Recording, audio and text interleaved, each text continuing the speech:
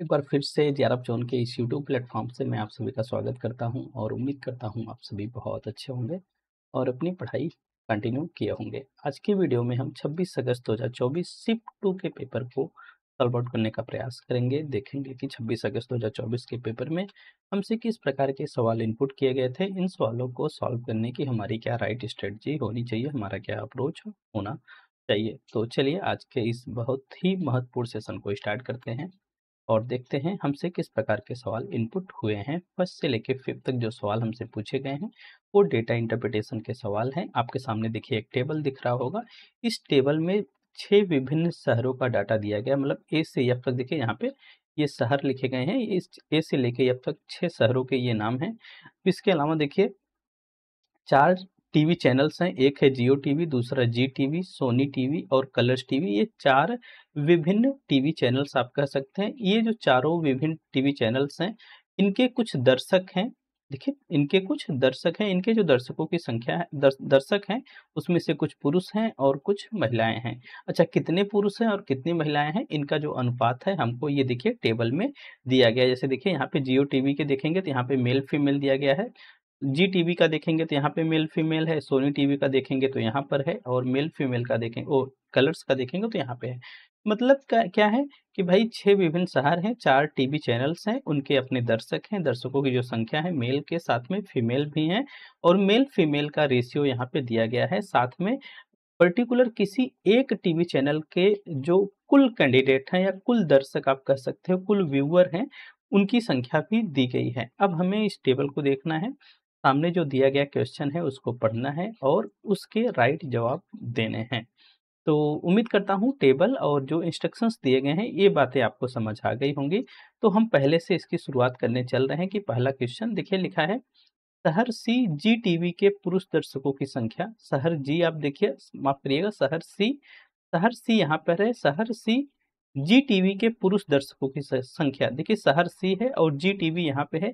जी TV की जो कुल संख्या है वो 2610 है। ठीक है, जी टीवी की कुल संख्या जो है वो 2610 है, और इसमें से जो मेल और फीमेल है या पुरुष और महिला है, उनका जो रेशियो है 3:2 का है। मतलब क्या है कि इसमें से 3 भाग पुरुष हैं और 2 भाग महिलाएं हैं। लेकिन यहाँ पे किसकी बात हुई है? केवल पुरुष की बात हुई है। शहर सी जी टीवी के पुरुष दर्शकों की संख्या चलिए हम निकाल लेते हैं। शहर सी में जी टीवी के पुरुष दर्शकों की संख्या कितनी है? एक तो देखिए दोनों का जो रेशियो है 3:2 है। इसका मतलब है कि आप इन दोनों रेशियो को जोड़ लीजिए। 3 2 5 होता है, 5 भाग बराबर दिया है 26 से 10 का। मैं इसको कैसे कर रहा हूँ, इसके पहले की वीडियो में मैंने आपको बतलाया है, कोई शायद 23 अगस्त की DI थी, उसमें मैं इस पूरे तरीके को आपको समझाया था कि कैसे रेशियो को हम एडजस्ट करते हैं। ठीक है, जो बच्चा पहली बार देख रहा हो तो उस वीडियो को जाके देख सकता है। तो यहाँ पे देखिए 3 2 5 हो गया, 5 भाग पूरा 2610 है। हमें केवल पुरुष का लेना है ना। हाँ, जी टीवी में केवल पुरुष का लेना है, अर्थात 3 भाग निकालना है। तो 5 भाग बराबर 2610 है, तो 3 भाग आराम से निकाल सकते हैं। 5 का 5 पचे 25 हो जाएगा, और एक बचेगा, 5 दूना 10 हो जाएगा, फिर से 5 दूना 10 हो जाएगा। अर्थात 3 भाग जब निकालेंगे तो ये 3 दूना अच्छा हो जाएगा, और 3 दूना अच्छा हो जाएगा, और 3 पचे 15 हो जाएगा। कहने का मतलब ये है कि ये क्या है, ये मेल हैं। ये क्या है? ये मेल है। किसमें? शहर सी में मेल की संख्या कितनी है? 1566 है। अब कह रहा है कि शहर एफ से सोनी टीवी की महिला दर्शकों की संख्या। शहर एफ कहाँ है? शहर एफ यहाँ पर है, और सोनी टीवी कहाँ है? सोनी टीवी अगर आप देख पा रहे होंगे तो यहाँ पर है। सोनी टीवी की जो कुल संख्या है वो 2508 है।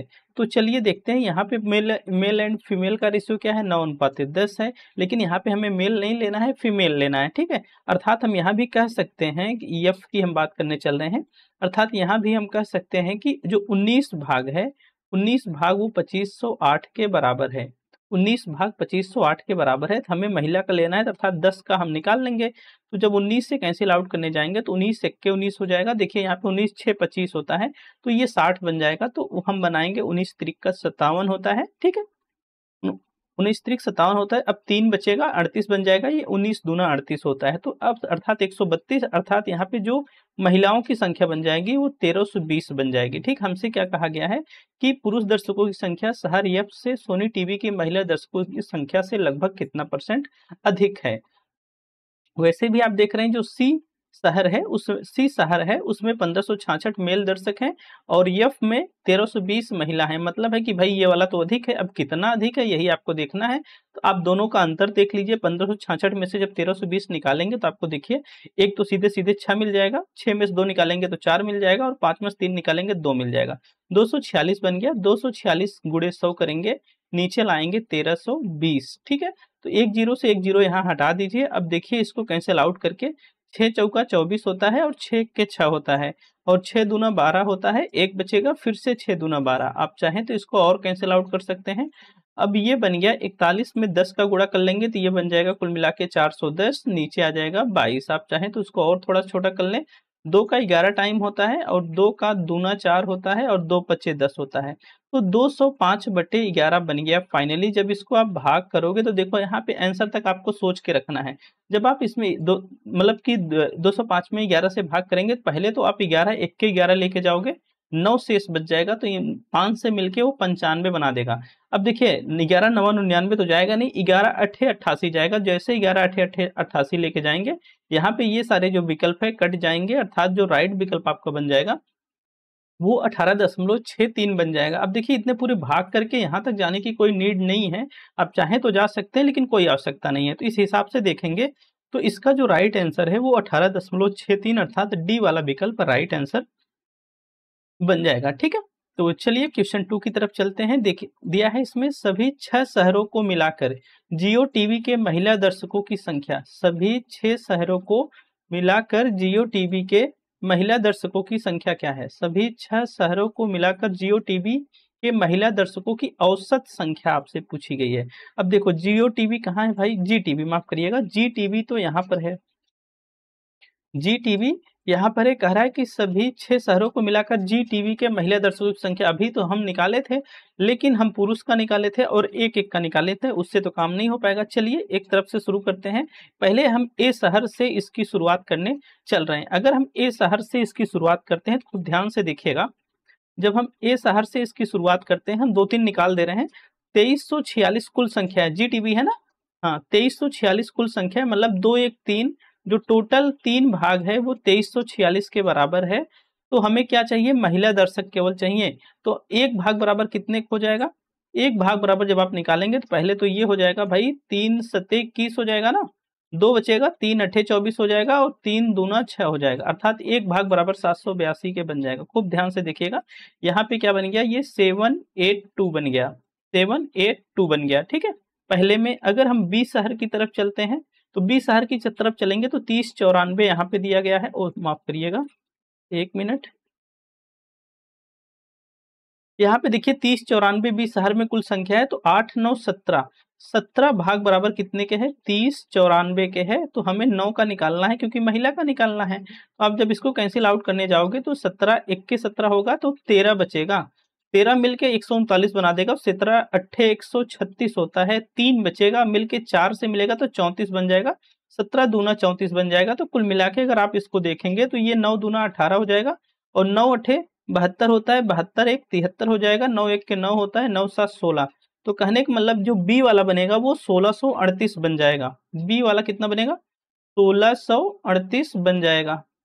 ठीक है, अब हम सी की तरफ मूव ऑन करते हैं। सी की तरफ आप चलेंगे तो देखेंगे क्या मिल रहा है आपको, 2610 मिल रहा है, 3:2 में है ये डाटा पूरा, अर्थात जो 5 भाग बराबर है वो 2610 के है। तो हमें निकालना है केवल 2 भाग, तो 5 का हम ले चलेंगे, 5 टाइम 25 हो गया, एक बचा तो 5 दूना 10 ले गए, फिर एक बचेगा 5 दूना 10, तो ये बन जाएगा क्या, 2 दूना 4 होगा, 2 दूना 4 और 2 पचे 10, 1044 बन जाएगा इसमें सी वालों में इसकी संख्या। तो अब हम चलेंगे डी की तरफ। डी में देखेंगे 9 7 16 होता है, तो 16 भाग बराबर कितने को हो जाएगा? 9 7 16 होता है, 16 भाग बराबर हो जाएगा 2390 के। जब आप इसमें भाग करने चलोगे तो जरा देखो, अब भाग करोगे तो लेकिन आपको निकालना कितने का है? 2390 है ना, आपको निकालना केवल 9 का है। जब 9 का निकालोगे तो मिलेगा क्या आपको कि 16 से कैंसिल आउट इसको करो, 16 को 1 टाइम करोगे कैंसिल आप, 16 1 के 16 होगा, फिर 7 बचेगा, 7 बचेगा ना। हाँ, अगर आप इसको 16 से कैंसिल आउट कर रहे हो, 16 1 के 16 होगा, फिर यहाँ पे कितना बच जाएगा, 16 1 के 16 के बाद 4 और 3 7, 7 मिलके ये 9 बन जाएगा। फिर 7 9 1 मिनट, इसको अगर कैंसिल आउट किया जाए 2976 है ना, डी वाला हम निकाल रहे हैं ना, डी का, डी यहाँ पे है 2976। अच्छा तभी तो गड़बड़ी हो रही है, 1 मिनट, यहाँ पे गलत लिख दिया। तो देखिए यही है, डी वाला विकल्प है, तो ये 2976 है डाटा, तभी तो कह रहा हूँ कैसे गड़बड़ हो रहा है। अब 16 इक्के ले जाएंगे तो 16 इक्के 16 हो जाएगा, तो 16 दूना 32 जा नहीं सकता है, 16 इक्के 16 जाएगा। तो आप देख पा रहे होंगे 9 4 13, मतलब कि 13 बच रहा है, तो मिलके 137 बन जाएगा। तो 116 इक्के 16 बन जाएगा। तो यहाँ से अगर आप देख पा रहे होंगे 9 उधर मिल गया और 4 इधर, 9 4 13 हो गया, मिलके इससे क्या बन जाएगा 137, 16 अट्ठे 128 हो जाएगा। 128 बचेगा तो 9 बचेगा, 16 छक्का 96 होता, तो 186 मिल गया वहां पे। अगर 186 को आप 9 से मल्टीप्लाई कर देंगे तो 9 छक 54 हो जाएगा, और 9 8 72, 5 77 हो जाएगा, 9 1 के 9 हो जाएगा, 9 7 16। तो कुल मिला के यहाँ से आपको 1674 मिल जाएगा। ठीक है, बच रहा है EF। ठीक है, चलो ई की तरफ चलते हैं।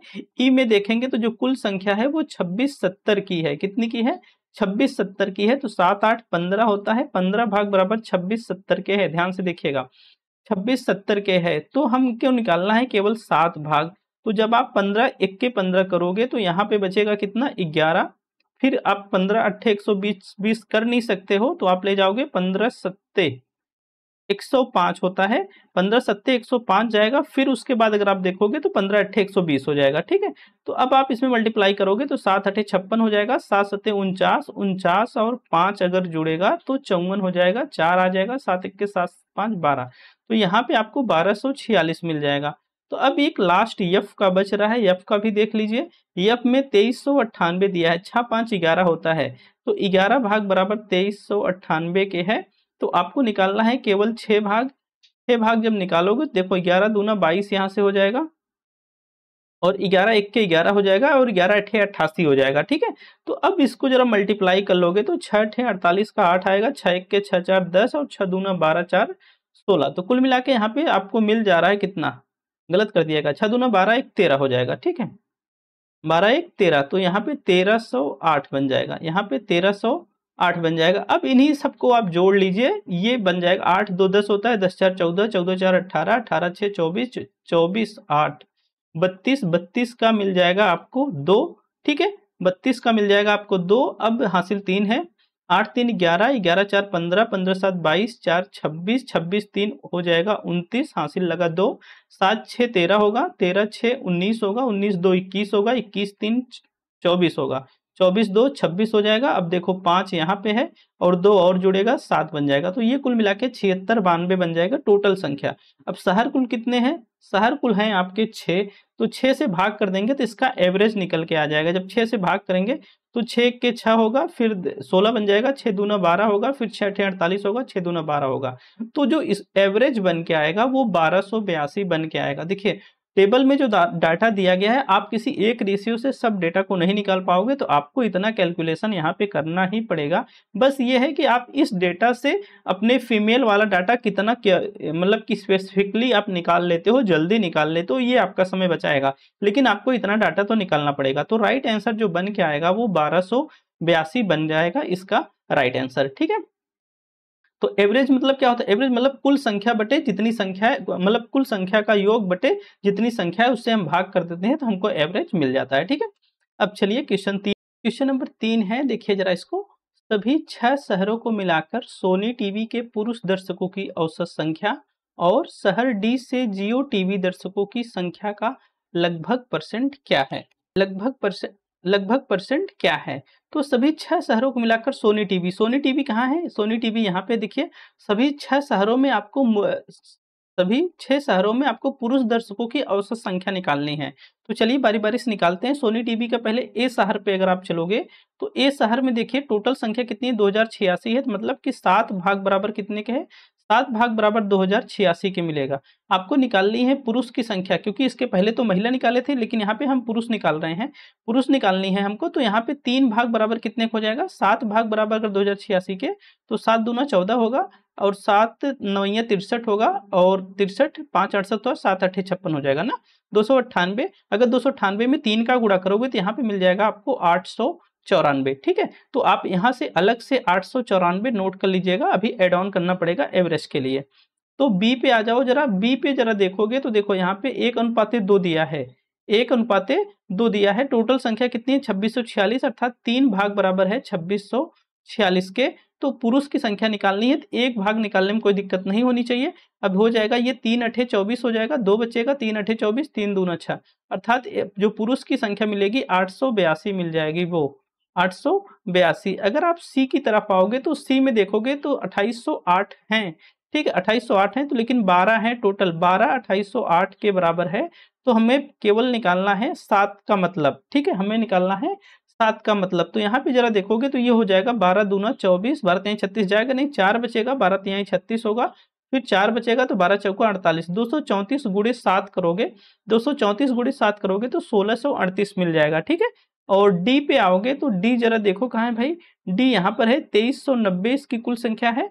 तो 3 2 5 भाग बराबर हो जाएगा 2390 के। तो आपको केवल 2 भाग निकालना है। तो जरा देखो यहाँ से 5 चौका 20 होता है, 3 बचेगा तो आप करोगे 5 7 35, फिर 4 बचेगा तो करोगे 5 8 40। ठीक है, अब 478 में अगर आप 2 का गुणा करोगे तो 478 में 2 का करना है 3 का करना है, अच्छा यहाँ पे हमें किसका निकालना है, मेल का निकालना है, तो 3 का करना है। तो 478 में अगर हम 3 का गुणा करेंगे तो हमें मिल जाएगा 1434। ठीक है, अब हम ई की तरफ चलते हैं। देखिए ई यहाँ पे कितना है 2856 है, 2856 है। तो 9 8 17 का मान कितना है 28 56 के बराबर है। तो हमें मेल निकालना है ना, तो 8 का मान निकाल लेना है।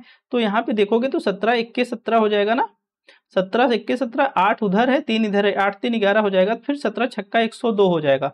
कितना जाएगा 17 छक्का 102, फिर 17 8 156, खत्म हो जाएगा पूरी तरह से। 168 में अगर 8 का हम गुणा कर रहे हैं तो हमको मिल रहा है कितना 1344। कितना मिल रहा है 1344, एक मिनट, हमको मिल रहा है यहाँ पे 1344। अब एक बच रहा है केवल, अच्छा हमने नोट नहीं किया यहाँ पे, 882 के बाद आया था 1638, 1638 उसके बाद आया था 1638 के बाद आया था 1434, 1434 फिर आया है 1344। ठीक है, अब एक और बच रहा है यफ का, वो यफ का जरा देखते हैं, यफ में कितना है 2508 है कुल।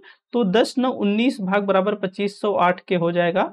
तो हमें निकालना है केवल 10 का मान ना, 10 का मान निकालना है। तो जरा 19 से ले चलो, 19 1 19 होता है, 6 बचेगा, 19 3 57 होता है, 19 दूना 38 होता है। ठीक है, तो ये 1320 बन जाएगा। तो अब अगर यहाँ पे रख के अब आप इन सब को जोड़ लो, क्योंकि एवरेज निकालना है। तो देखोगे 4 2 6 होगा, 6 8 14 होगा, 14 4 18, 18 4 22, सॉरी 4 2 6, 6 8 14, 14 4 18, 18 4 22, 1344।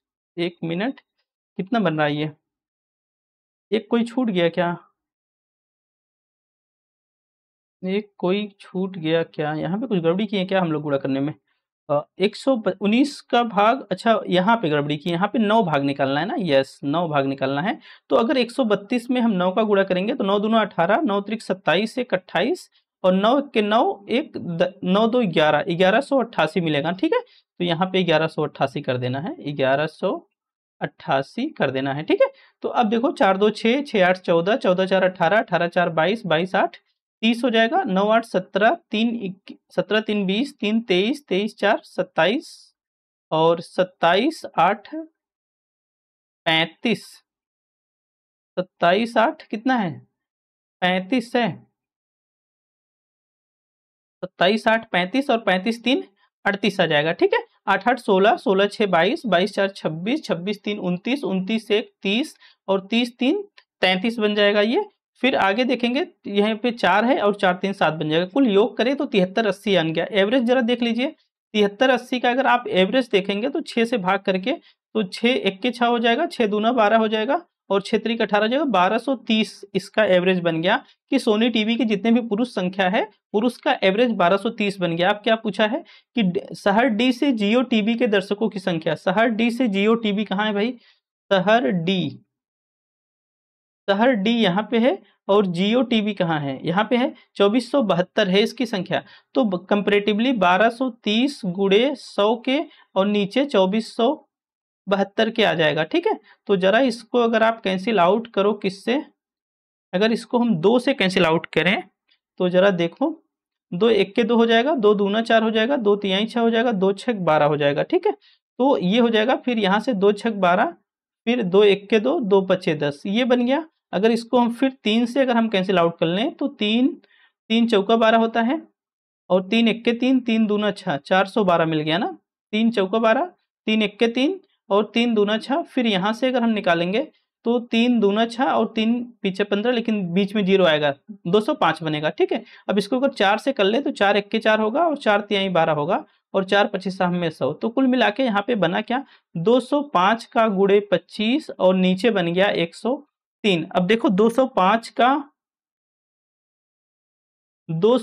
का अगर 25 में हम गुणा कर रहे हैं तो 205 का अगर हम 25 में गुणा करेंगे तो ऐसे देख लो, 205 का अगर हम 25 में गुणा करेंगे तो ये मिल जाएगा हमको, यहाँ पे समझ रहे हो कितना मिलेगा, 5125। 5125 मिलेगा और नीचे 103 रहेगा। अगर 103 में हम 25 मतलब भाग करेंगे, नॉर्मली आप भाग करके देख लेना, 103 और 5125 में अगर 103 का भाग करोगे तो यहाँ पे आपको मिल जाएगा 49.75। ठीक है, 49.75। तो यहाँ पे अप्रोक्सीमेट में सब आपसे जवाब पूछा गया है, तो 49.75 अर्थात आप इसके लिए राइट आंसर 50 की तरफ जा सकते हो कि भाई 50% लगभग उसकी संख्या है। तो उस हिसाब से आपको चीजें करनी पड़ेंगी। पहले आपको अलग अलग संख्या निकालनी पड़ेगी, फिर उनका एवरेज निकालना पड़ेगा, फिर आपको देखना पड़ेगा एवरेज क्या आया है, फिर उसके कंपैरेटिवली अब जिस शहर से कहा गया है, डी से कहा गया था, उसके कंपैरेटिवली परसेंटेज निकालना होगा। तो राइट आंसर इसका बन जाएगा 49.75। ठीक है, तो चलिए क्वेश्चन 4 की तरफ चलते हैं। 49.75 अर्थात इसका राइट आंसर बनेगा सी वाला 50%। ठीक है, तो चलो क्वेश्चन नंबर 4 की तरफ चलते हैं। अगर क्वेश्चन नंबर हम 4 को देखें तो देखिए इसमें लिखा है सभी 6 शहरों में जी टीवी के पुरुष और महिला दर्शकों की संख्या। सभी 6 शहरों से जी टीवी के पुरुष और महिला दर्शकों की संख्या। अभी तो हम निकाले थे ना शायद जी टीवी। क्वेश्चन नंबर 2 कहाँ गया भाई, सभी 6 शहरों को मिलाकर जी टीवी के महिला दर्शकों की संख्या। महिला दर्शकों की संख्या कितनी आई थी, 7692 ना। हाँ ठीक है, एक डाटा तो है। सभी 6 शहरों से जी टीवी के पुरुष और महिला दर्शकों की संख्या, अर्थात पहले से तो क्लियर है भाई, महिला कितनी है, महिला 7692 हैं। अब हमें जी टीवी के पुरुष की संख्या निकाल लेना है, उसके बीच में अंतर देख लेना। जी टीवी कहाँ है, जी टीवी यहाँ पे है। अब कुल यहाँ पे है, पुरुष निकाल लें फटाफट। तो अगर 3 भाग बराबर कितने के हैं, 2346 के है, तो 2 भाग हमें निकालना है। 3 भाग बराबर 2346 के, तो 2 भाग कितने का होगा, 3 सत्ते 21 करोगे आप, फिर वही कैलकुलेशन है, 3 सत्ते 21, 3 8 24, 3 दूना 6, फिर इसको मल्टीप्लाई करोगे तो ये हो जाएगा 1564। ठीक है, तो ये ए वाला है, तो आपको इसका भी योग निकालना पड़ेगा। तो एक जगह थोड़ा सा आपको लिखना जरूर पड़ेगा, कितना आ रहा है, 1564 आ रहा है। अगर आप बी की तरफ चलोगे तो बी में है क्या, बी में देखोगे तो 30 8 9 17 होगा, 17 होगा। 17 का कुल मान कितना है, 3094 है, यही है ना। तो अब आपको निकालना है किसका, 8 का निकालना है। अगर 8 का निकालोगे तो 17 1 के 17 होगा, फिर यहाँ पे बचेगा 13, फिर 17 8 136 होगा, 17 दूना 34 होगा। तो 182 में अगर 8 का गुणा हो रहा है तो यहाँ पे आएगा 1456। ठीक है, अगर आप सी की तरफ आ रहे हो, सी की तरफ आ रहे हो तो 1456 आपको यहाँ पे नोट करना पड़ेगा। फिर आप सी की तरफ आओगे तो सी कहाँ है, 2610 है। तो 5 का मान कितना बन गया, 2610 के। तो आपको निकालना है केवल 3 का मान। अब देखो 5 दूना 5 पचे 25 आप कर दोगे, फिर 1 बचेगा, 5 दूना 10, 5 दूना 10, तो 3 से मल्टीप्लाई करोगे, 3 दूना 6, 3 दूना 6, 3 पचे 15, तो मिलेगा 1566। 1566 यहाँ पे हो गया। अब डी पे आओगे तो डी पे है, देखो 9 7 16, 16 का मान है 2976, 16 का मान है 2976। अब 16 का मान अगर 2976 है तो आपको केवल 7 का मान निकालना है ना। हाँ 7 का मान निकालना है, पुरुष वाले का मान निकालना है। तो आप देखोगे 16 1 के 16 जाएगा, फिर 13 बचेगा, 16 1 के 16, हाँ 13 बचेगा, मिलके ये 137 बना देंगे। फिर चला जाएगा 16 8 128 होता है, फिर 16 छक्का 96, तो 186 बन गया। 186 में 7 का गुणा करेंगे तो बन जाएगा, आप समझ रहे हैं, 1302 बन जाएगा। ठीक है, तो यहाँ पे 1302 भी आपको नोट डाउन कर लेना है। अब हम चलते हैं ई की तरफ। ई पे अगर देखेंगे तो 8 7 15 होता है। 15 का जो मान है वो 2670 के बराबर है, तो आपको निकालना है केवल 8 का मान। तो आप ले जाओगे तो 15 1 के 15 बन जाएगा, तो 15 11 बचेगा। 15 सत्ते 105 होता है, 15 अट्ठे 120 हो जाएगा। तो 15 सत्ते 105 होता है, तो 105 और 17 में देखेंगे तो अंतर लगभग 12 का आएगा। 15 अट्ठे 120 हो जाएगा। तो 120 178 में अगर 8 का गुणा होगा तो 1424 बन जाएगा। ठीक है, 1424 बन जाएगा। अब एक बचता है यफ। यफ को देखोगे तो 6 5 11 है ना। हाँ, 6 5 11, 11 का मान 2398 है। तो अब आपको केवल 5 का मान निकालना है, तो 11 दूना 22 कर ही सकते हो। फिर 11 1 के 11 करोगे, 11 अट्ठे 88। 218 में अगर 5 का गुणा होगा तो 5 अट्ठे 40, 5 1 के 5, 4 9, 5 दूना 10, 1090 बन रहा है। ठीक है, तो 1090। अब इन्हीं सबको आपको जोड़ लेना है, देखना है कितनी संख्या बन के आती है। तो 4 6 10 होता है, 10 6 16 होता है, 16 2 18 होता है, और 18 4 22 होता है, का हासिल 2 है। 6 5 11, 11 6 17, 17 2 19, 19 9 28, और 28 2 30 हो जाएगा। ठीक है, कितना, 28 2 30 बन जाएगा। तो 0 5 4 9, 5 14, 14 3 17, 17 4 21, और 21 3 24 हो जाएगा। अब देखो 4 2 6, 6 2 8, ये 8402 बन गया। अब देखो 7692 ये थे, तो 8402 में से अगर 7692 निकालोगे तो निकलेगा क्या, 10 मस 9 गए 1 हो जाएगा, 13 मस 6 गए 7 हो जाएगा। ठीक है, तो कुल मिला के 710 बन जाएगा। 710 इसका राइट आंसर बन जाएगा। ठीक है, तो हमने क्या किया, हमने जी टीवी के पुरुष की पूरी संख्या अलग निकाल ली, महिला की संख्या हमने कुछ देर पहले निकाली थी 7692, दोनों को आपस में डिडक्ट कर दिया तो हमें 710 मिला। 710 ही इसका राइट आंसर है। ठीक है, 710 ही इसका राइट आंसर है। तो चलिए अब हम चलते हैं क्वेश्चन नंबर 5 की तरफ। क्वेश्चन नंबर 5 जरा ध्यान से इसको देखिएगा। कह रहा है कि शहर सी से कलर्स टीवी के महिला दर्शकों की कुल संख्या, शहर सी से महिला दर्शकों की कुल संख्या शहर ए से जियो टीवी के महिला दर्शकों की कुल संख्या का लगभग परसेंट कितना है। पहले हम शहर सी के कलर्स टीवी के महिला दर्शक देखते हैं। शहर सी यहाँ पे है और कलर्स टीवी कहाँ पे है, यहाँ पे है। ठीक है, कलर्स टीवी यहाँ पे है। ठीक है, शहर सी से महिला दर्शकों की कुल संख्या देखिए, कुल संख्या तो 5 है, 5 भाग बराबर 2400, महिला इसमें 3 है, तो ये बन जाएगा 5 चौका 20, 5 अठे 40। ठीक है, तो बना कितना, 3 0, 3 8 24 का 4 होता है, 3 चौक 12, और 12 2 14, 1440 बन गया। कितना बना, 1440। ये शहर सी वाले हैं। ठीक है, अब हम चल रहे हैं कुल संख्या शहर ए से जियो टीवी के महिला दर्शकों की, शहर ए से जियो टीवी के महिला दर्शकों की। अब 7 और 10 है, मतलब कि ये 17 मान है। 17 का मान मिल रहा है कितना, 2778। देखो यहाँ पे भी अप्रॉक्सीमेटली लिखा है, तो यहाँ पे भी पर्याप्त अंतर देखने को मिल रहा है, 82 88 108 और 96। आप चाहो तो जीरो दशमलव की जो संख्याएं आए अगर बीच में तो उनको इग्नोर कर सकते हो, इसलिए कि यहाँ पे संख्याएं दूर दूर भी हैं, अगर दशमलव के चक्कर में पड़ेंगे थोड़ा सा समय भी ज्यादा जाएगा। तो 17 का मान 2778 इसने दे रखा है। अगर 17 का मान 2778 दिया है तो आपको निकालना है क्या, इसमें से महिला दर्शक ही निकालनी है, मतलब है कि 10 का मान आपको निकालना है। जब 10 का मान निकालने जाओगे तो इसको कैंसिल जरा करो, तो 17 1 17 होगा। अब 17 1 17 के बाद बच कितना रहा है, कुल मिला के 10 बच रहा है ना, तो 10 बच रहा है तो कुल मिला के 107 बन गया, तो 17 छक्का 102 हो गया। ठीक है, 17 छक्का 102 बन गया। अब ये 5 बच रहा है, मतलब 58 बन रहा है, तो 17 त्रिक 51 होता है, 17 त्रिक 51 होता है, तो 163 हुआ, 51 हुआ, तो फिर बचा कितना, 7 बचा होगा। तो दशमलव अगर ले जाओगे तो 17 चौका 68, यहाँ तक ले चल रहे हैं। ठीक है, 17 चौका 68। अब कुल मिला के अगर 10 से इसका गुणा हो रहा है तो ये बन जाएगा पूरा का पूरा 1634। ठीक है, बन जाएगा पूरा का पूरा 1634। तो ये क्या है, ये जियो टीवी के महिला दर्शकों की कुल संख्या कितनी है, 1634 है। और कलर्स में हमने देखा महिला दर्शकों की संख्या, सी शहर में कितनी संख्या मिली हमें, 1440 मिली। अब दोनों हमें इसी का क्या देखना है, इसी का परसेंटेज देखना है, कुल दर्शकों की संख्या, कुल संख्या का लगभग कितना परसेंटेज है। अब कुल संख्या का परसेंटेज देखने जाओगे तो देखो ये कितना है 1440 से आप गुणा करोगे 100 का और नीचे आएगा आपका 1634। ठीक है, नीचे आएगा 1634। अब इसी को छोटा करके देखा जा सकता है। ठीक है, अब इसको अगर 4 से देखो तो कट जाएगा, 4 से तो ये नहीं कटेगा, तो ये भी नहीं कटेगा, ये तो कट जाएगा लेकिन नीचे वाला 4 से नहीं जाएगा। पहले इसको हम 2 से कैंसिल आउट कर लेते हैं, तो 2 अठे 16 हो जाएगा, फिर 2 एक्के 2 हो जाएगा, 2 सत्ते 14 हो जाएगा। ठीक है, और ये 2 सत्ते 14, 2 दूना 4, ये इतना बन गया। अब ये देखो अगर 3 से जाए तो ठीक है, 3 दूना 6 हो जाएगा,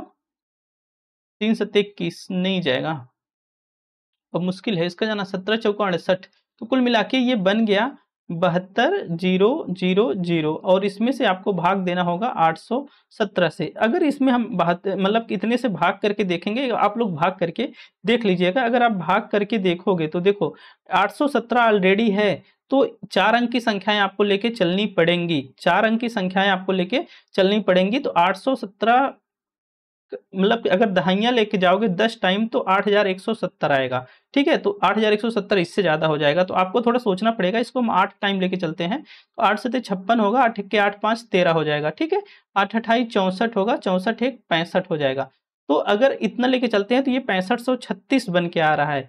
6536 तो निकालोगे 10 में 6 गए 4 और 9 में 3 गए 6 और 11 में 5 गए, यहाँ से क्या हो जाएगा 11 में 5 गए 6 और फिर से 0 आएगा। अब देखो फिर से 88 8 गया था ना, 6640 आया है, तो फिर से हम अट्ठे लेके जा सकते हैं। जैसे ही अट्ठे लेके जाएंगे देखो 88 वाला विकल्प आपका राइट आंसर बन जाएगा। तो इसका जो अप्रोक्सीमेट राइट आंसर बनेगा वो सेकंड वाला बनेगा। थोड़ी सी डीआई आपकी देखने में तो सिंपल थी लेकिन कैलकुलेटिव थी, और इस कैलकुलेशन से आप ज़्यादा भाग भी नहीं पाओगे क्योंकि जो रेशियो दिए हैं सबके डेटा अलग अलग दिए हैं, तो आप किसी एक रेशियो से दूसरी वैल्यू निकाल नहीं पाओगे, तो सबकी वैल्यू आपको निकालनी पड़ेगी ही। ठीक है, तो यहाँ पे कैलकुलेशन ज़्यादा था, टाइम टेकिंग भी थोड़ा सा ज़्यादा था। अब ऐसे सवालों को आप जल्दी तभी कर पाओगे जब खूब सारी आप प्रैक्टिस करके रखोगे। ठीक है, हमको तो समझाने में बहुत ज़्यादा समय चला जाता है। तो इसका जो राइट आंसर है वो कितना बन जाएगा, वो 88 इसका राइट आंसर बन जाएगा। तो उम्मीद करता हूँ जो बातें हमने बतलाई वो आपको अच्छे से समझ आ गई होंगी। तो अब हम चलते हैं क्वेश्चन नंबर 6 की तरफ।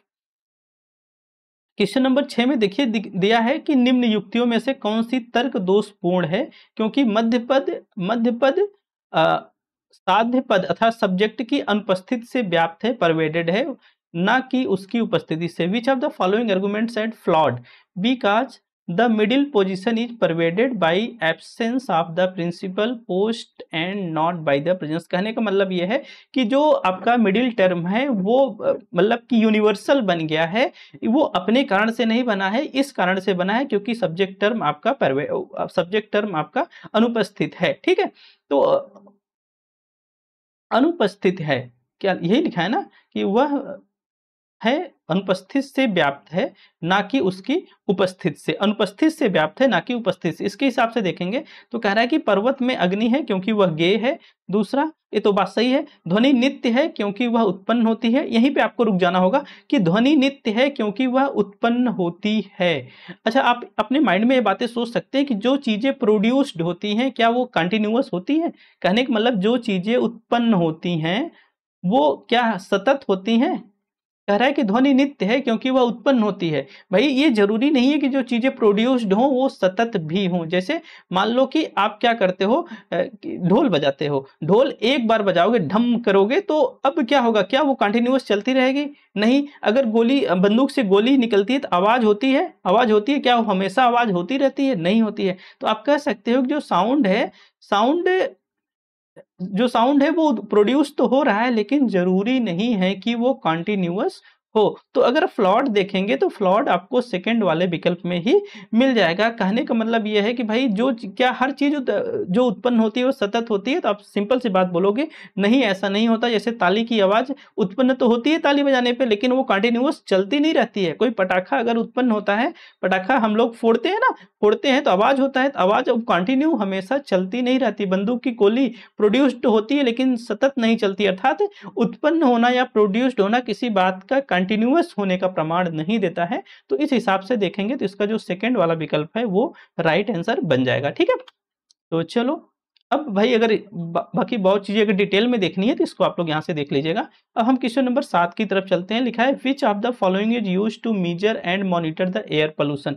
किसको मतलब कि मॉनिटर करने के लिए और मेजर करने के लिए एयर पोल्यूशन के रूप में देखा, मतलब एयर पोल्यूशन को मेजर और मॉनिटर करने के लिए कौन सी डिवाइस प्रयोग में आती है? नाम है रडार, सोनार, लीडार एंड सोडार। ठीक है, तो एयर पोल्यूशन के लिए जो डिवाइस यूज में आती है उसको हम बोलते हैं लीडार, उसको हम बोलते हैं लीडार। जो लीडार है उसका जो फुल नेम है लाइट डिटेक्शन एंड रेंजिंग होता है। ये एक प्रकार की मॉडर्न टेक्निक है जो कि वायु प्रदूषण की निगरानी और भू मानचित्रण या स्वायत्त वाहनों जो सेल्फ ड्राइविंग कार्स होती हैं के अध्ययन के लिए भाई इसका प्रयोग किया जाता है। बेसिकली जो लीडार होती है वो लेजर बीम छोड़ती है, लेजर बीम जो सामने वस्तु होती है उससे जाके टकरा कर वापस लौटती है। तो लौटने में लगा जो समय होता है उससे हम ऑब्जर्व करते हैं कि जो वस्तु है या जो थिंग्स है वो हमसे कितनी दूरी पर है। ठीक है, तो वायु प्रदूषण के संदर्भ में देखेंगे तो जो मौजूदा धूल, धुएं या एरोसोल्स आदि की मात्रा होती है तो वो जब ये लेजर बीम्स जाती हैं तो देखती हैं कि उनकी सघनता को मेजर कर लेती हैं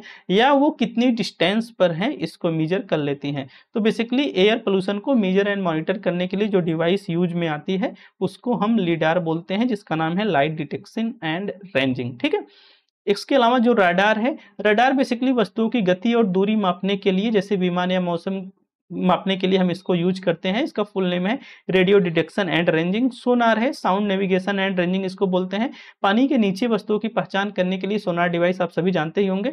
लीडार को तो आप ही देख लिए, वायु प्रदूषण, धूल, एरोसेल्स वगैरह की निगरानी के लिए लाइट डिटेक्शन एंड रेंजिंग का उपयोग करते हैं। जो सोडार है सोनिक डिटेक्शन एंड रेंजिंग है, बेसिकली वायुमंडलीय ध्वनि तरंगों या ऊर्ध्वाधर प्रोफाइल को मापने के लिए हम इसका यूज करते हैं, लेकिन इसका यूज बहुत सीमित हो गया है। ठीक है, तो बेसिकली रडार, सोनार और लीडार आप ध्यान में रखिएगा, क्वेश्चन रिपीट हो सकते हैं यहाँ से। Which of the following signifies the use of learning strategies and tactics. कह रहा है कि अधिगम कार्यनीति और युक्तियों का प्रयोग निम्न में से क्या दर्शाता है। देखिए यहाँ पे जो 4 ऑप्शन है आपका इंटेलेक्चुअल मॉडेस्टी है, ओवर लर्निंग है, रोड लर्निंग है, मेटाकॉग्निटिव नॉलेज है। तो इसका जो मोस्ट अप्रोप्रिएट आंसर होगा वो मेटाकॉग्निटिव नॉलेज होगा, क्योंकि मेटाकॉग्निटिव नॉलेज एक प्रकार की प्रक्रिया है जिसमें हम अपने ही सीखने की प्रक्रिया को समझना चाहते हैं, उसको कंट्रोल करना चाहते हैं, हम रणनीति बनाते हैं, हम अपनी समझ को ही जांचना चाहते हैं, सीखने के तरीके को बदलना चाहते हैं। तो कहने का मतलब ये है कि हम खुद सोचते हैं कि हमें कैसे पढ़ना चाहिए, हमें क्या तरीका अपनाना चाहिए, हमें अपनी समझ को मेजर करने की कोशिश करते हैं। कुल मिला के कह दो कि हम करते हैं क्या, थिंकिंग अबाउट थिंकिंग। ठीक है, थिंक अबाउट थिंक मतलब अपनी ही सोच के बारे में भी हम सोचते हैं। जैसे कई टाइम होता है कि यूसी नेट का रिजल्ट आया, आप जेआरएफ हुए नहीं हुए, नेट हुए नहीं हुए, तो अब आप अपनी ही प्रक्रिया के बारे में सोच रहे हो। ठीक है, तो ये जो प्रक्रिया है या उसको समझने का प्रयास कर रहे हो कि मैंने गलती कहाँ की, सेक्शन वाइज मिला रहे हो कि हम कौन से सेक्शन में अच्छा नंबर किए हैं, कौन से सेक्शन में अच्छा नंबर नहीं किए, हमें किस सेक्शन पे ज्यादा काम करना है, किस पे नहीं करना है, किस पे मॉडरेट करना है, किस पे कम करना है, अब खुद को समझ रहे हो। तो वो प्रक्रिया कौन सी कहलाती है, मतलब है कि वो अब आप अधिसंज्ञान कर रहे हो, वो कहा जाता है मेटाकॉग्निटिव नॉलेज। ठीक है, क्वेश्चन नंबर 9 है। देखिए एक मैथमेटिकल एप्टीट्यूड का सवाल है। एक परीक्षा होती है, एक विद्यार्थी प्रत्येक सही उत्तर के लिए 4 अंक प्राप्त करता है और प्रत्येक गलत उत्तर के लिए 1 अंक खो देता है। एक विद्यार्थी ने सारे 200 प्रश्नों को किया और 400 अंक प्राप्त किए, उसके द्वारा किए गए सही प्रश्नों की संख्या क्या है। ठीक है, कह रहा है कि भाई 200 प्रश्न को करता है और 400 अंक प्राप्त करता है, तो उसके द्वारा सही प्रश्नों की संख्या क्या है। अब अगर वो क्या करता है, सही उत्तर के लिए 4 अंक प्राप्त करता है, प्रत्येक अगर गलत उत्तर देता है तो 1 अंक खो देता है। 200 सवाल किया तो 400 अंक प्राप्त किया, उस हिसाब से अगर देखेंगे तो 200 प्रश्न पूरे किए, अगर पूरे के पूरे सही होते तो 2 चौक 800 नंबर बन जाते हैं। ठीक है, तो इसके लिए देखिए 4 विकल्प दिए गए हैं, चारों विकल्पों को ही जरा ट्राई कर लो, शायद सबसे अच्छा रहेगा विकल्पों को ही ट्राई करना। अब देखो आपको मिलाना है 400 नंबर से, अगर देखो अगर आप 60 को मिला रहे हो तो 60 पे आपको मिल रहा है क्या, 60 पे मिलेगा, अगर उसके द्वारा जो सही प्रश्न किए गए हैं अगर वो 60 किए गए हैं तो 60 गुणे 4 होगा तो मिलेगा उसको 240 नंबर ऐसे। ठीक है, 240 नंबर इसको ऐसे मिलेगा। अब 60 प्रश्न अगर सही किया है तो इसका मतलब क्या है कि भाई वो 120 प्रश्न गलत किया है। 120 गुणे 4 अगर करोगे आप, 120 गुणे 4 करोगे, एक नंबर प्लस 120 नंबर और कटेगा, तो कहीं से भी इसका मेल नहीं बन पाएगा। अगर 100 गुणे 4 करोगे तो ये सीधे 400 नंबर बन जा रहे हैं। ठीक है, लेकिन 100 क्वेश्चन 100 नंबर अगर इसने पाए, अगर 100 प्रश्नों की संख्या पूछ रहा है ना, अगर 100 सही प्रश्नों की